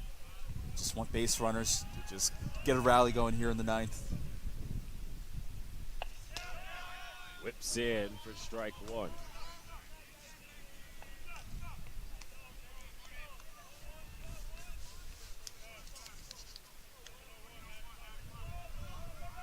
Williams 3 of 4 today. Also hit by a pitch. 3 of 5. Here's the steal. Throw way off target, and it'll matriculate into center field. And that's 2 bags swiped. Putting the pressure on the defense. Again, a great jump. And Moses was there easy. The throw, though, gets away, and then you get the extra 90. So now you're in a position where you can strike early here in the 9th.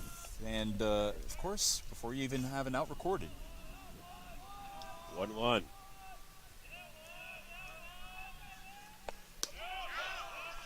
Drops in. Strike 1. Strike 2. Yeah, there's that good spinner right on the outer half. So 1-2 count. No outs here.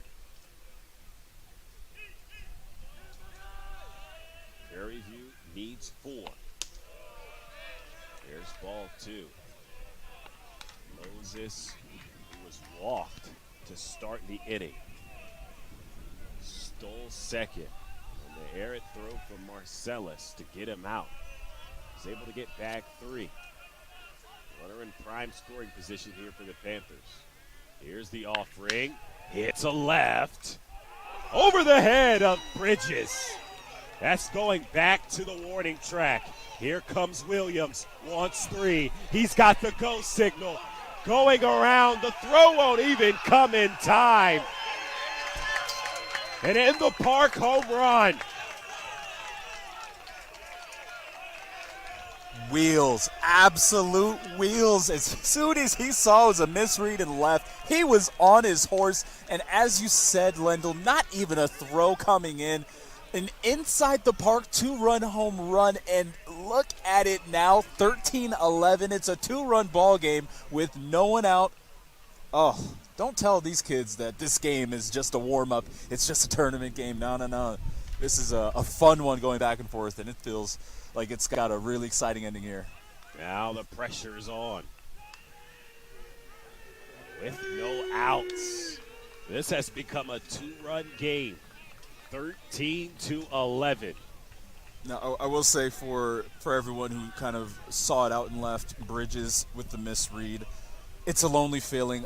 It's a line drive that's coming at you high, and he took his first step in and then realized that ball has more carry to it, and before he could really adjust, it's already over his head. It's a lonely feeling in the outfield when you misread a ball like that, but it happens. It comes with the territory. 1-0 count now. This ball game has flipped on its head. The Panthers won't go quietly into the night.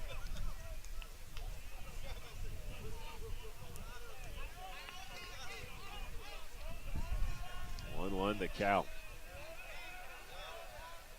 Martinez delivers, and it's inside for ball 2.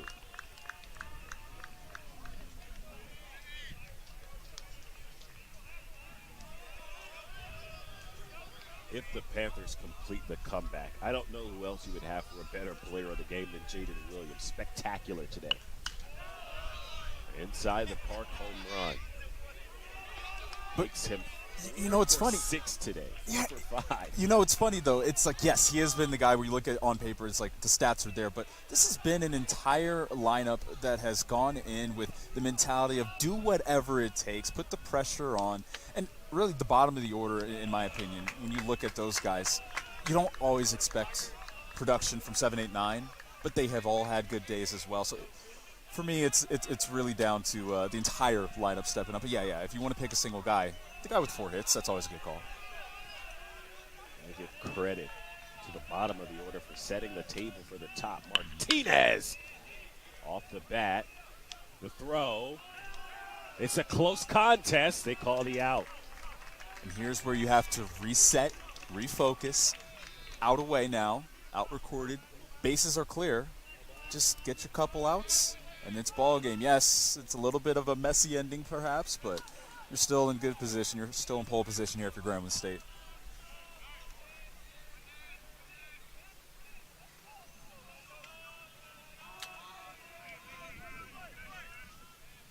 Landon Williams.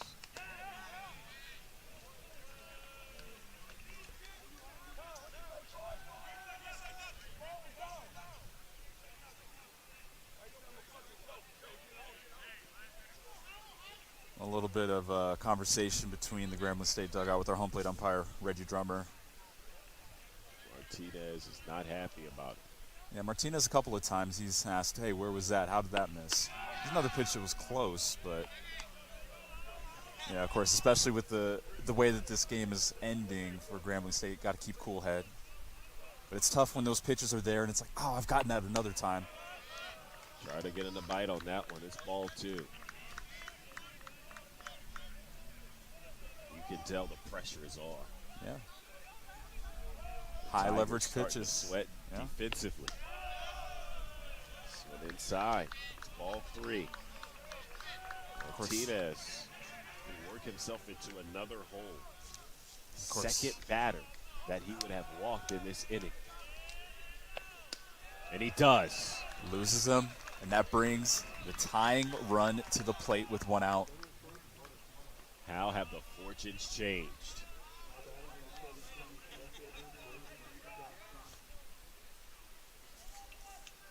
Johnson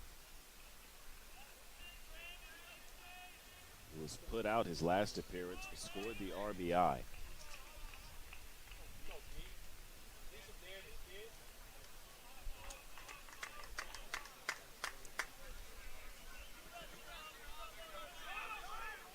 There's the conversation, and a pinch runner going to come in.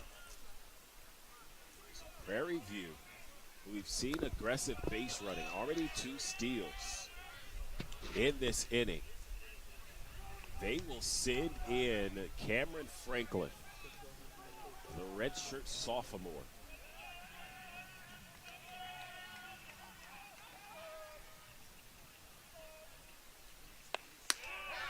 This one whips in. But remember, Franklin is the runner that is the one ahead of your tying run. So his run, not that it doesn't matter, but he's not going to go here. He's not going to risk being thrown out in the base paths. Tying run is at the plate. Only 2 stolen bases last year, and unattempted so far this year.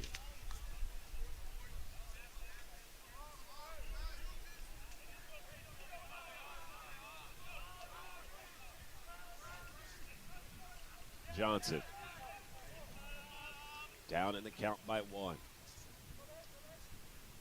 Martinez offers, whips in. That's strike 2. Now Johnson falling behind. The Panthers have made this a game. The tying run at the plate. What do the Tigers do? Here's the steal. Fouled away. Just as I say, hey, he's not going to run. He's not going to run. Put him in motion. But look, it's caused some issues. We've seen this a few times now with the hit and run being on for Prairie View. I mean, go back all the way to their first 3-run inning when put man in motion, high chopper, brings in a run. Doesn't have to just be for the stolen base. You can use the base paths to also help the hitter out and throw the defense off.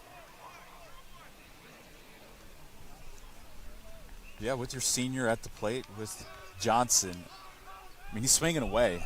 This is exactly the man you want at the plate, middle of your order, your cleanup man.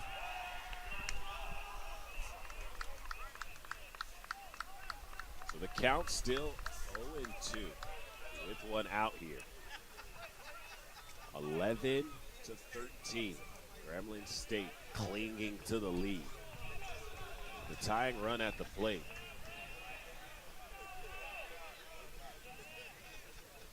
Here's the delivery. Put in play in the infield. Double play. Trying to turn. That'll end it. The Tigers defense stands tall. A deep sigh of relief for Grambling State. What a perfect way to end it. Drama all around, but a fantastic 6-4-3 to end it. Oh, you love to see it, and what a perfect end to what's been a glorious day here, Lendl. If you're Prairie View, you can't hang your head in your performance to this afternoon. To claw your way back after that deficit shows the fight that this team has. Yeah, just a fantastic day all around. So we're going to take a step aside, Lendl, and then we'll get a player interview. Yeah, so we'll get our player of the game on the other side of this, but there are plenty of guys to choose from Grambling. Yeah, a lot to go with. Grambling State final score 13-11 over Prairie View. Stay tuned right here on MLB.com.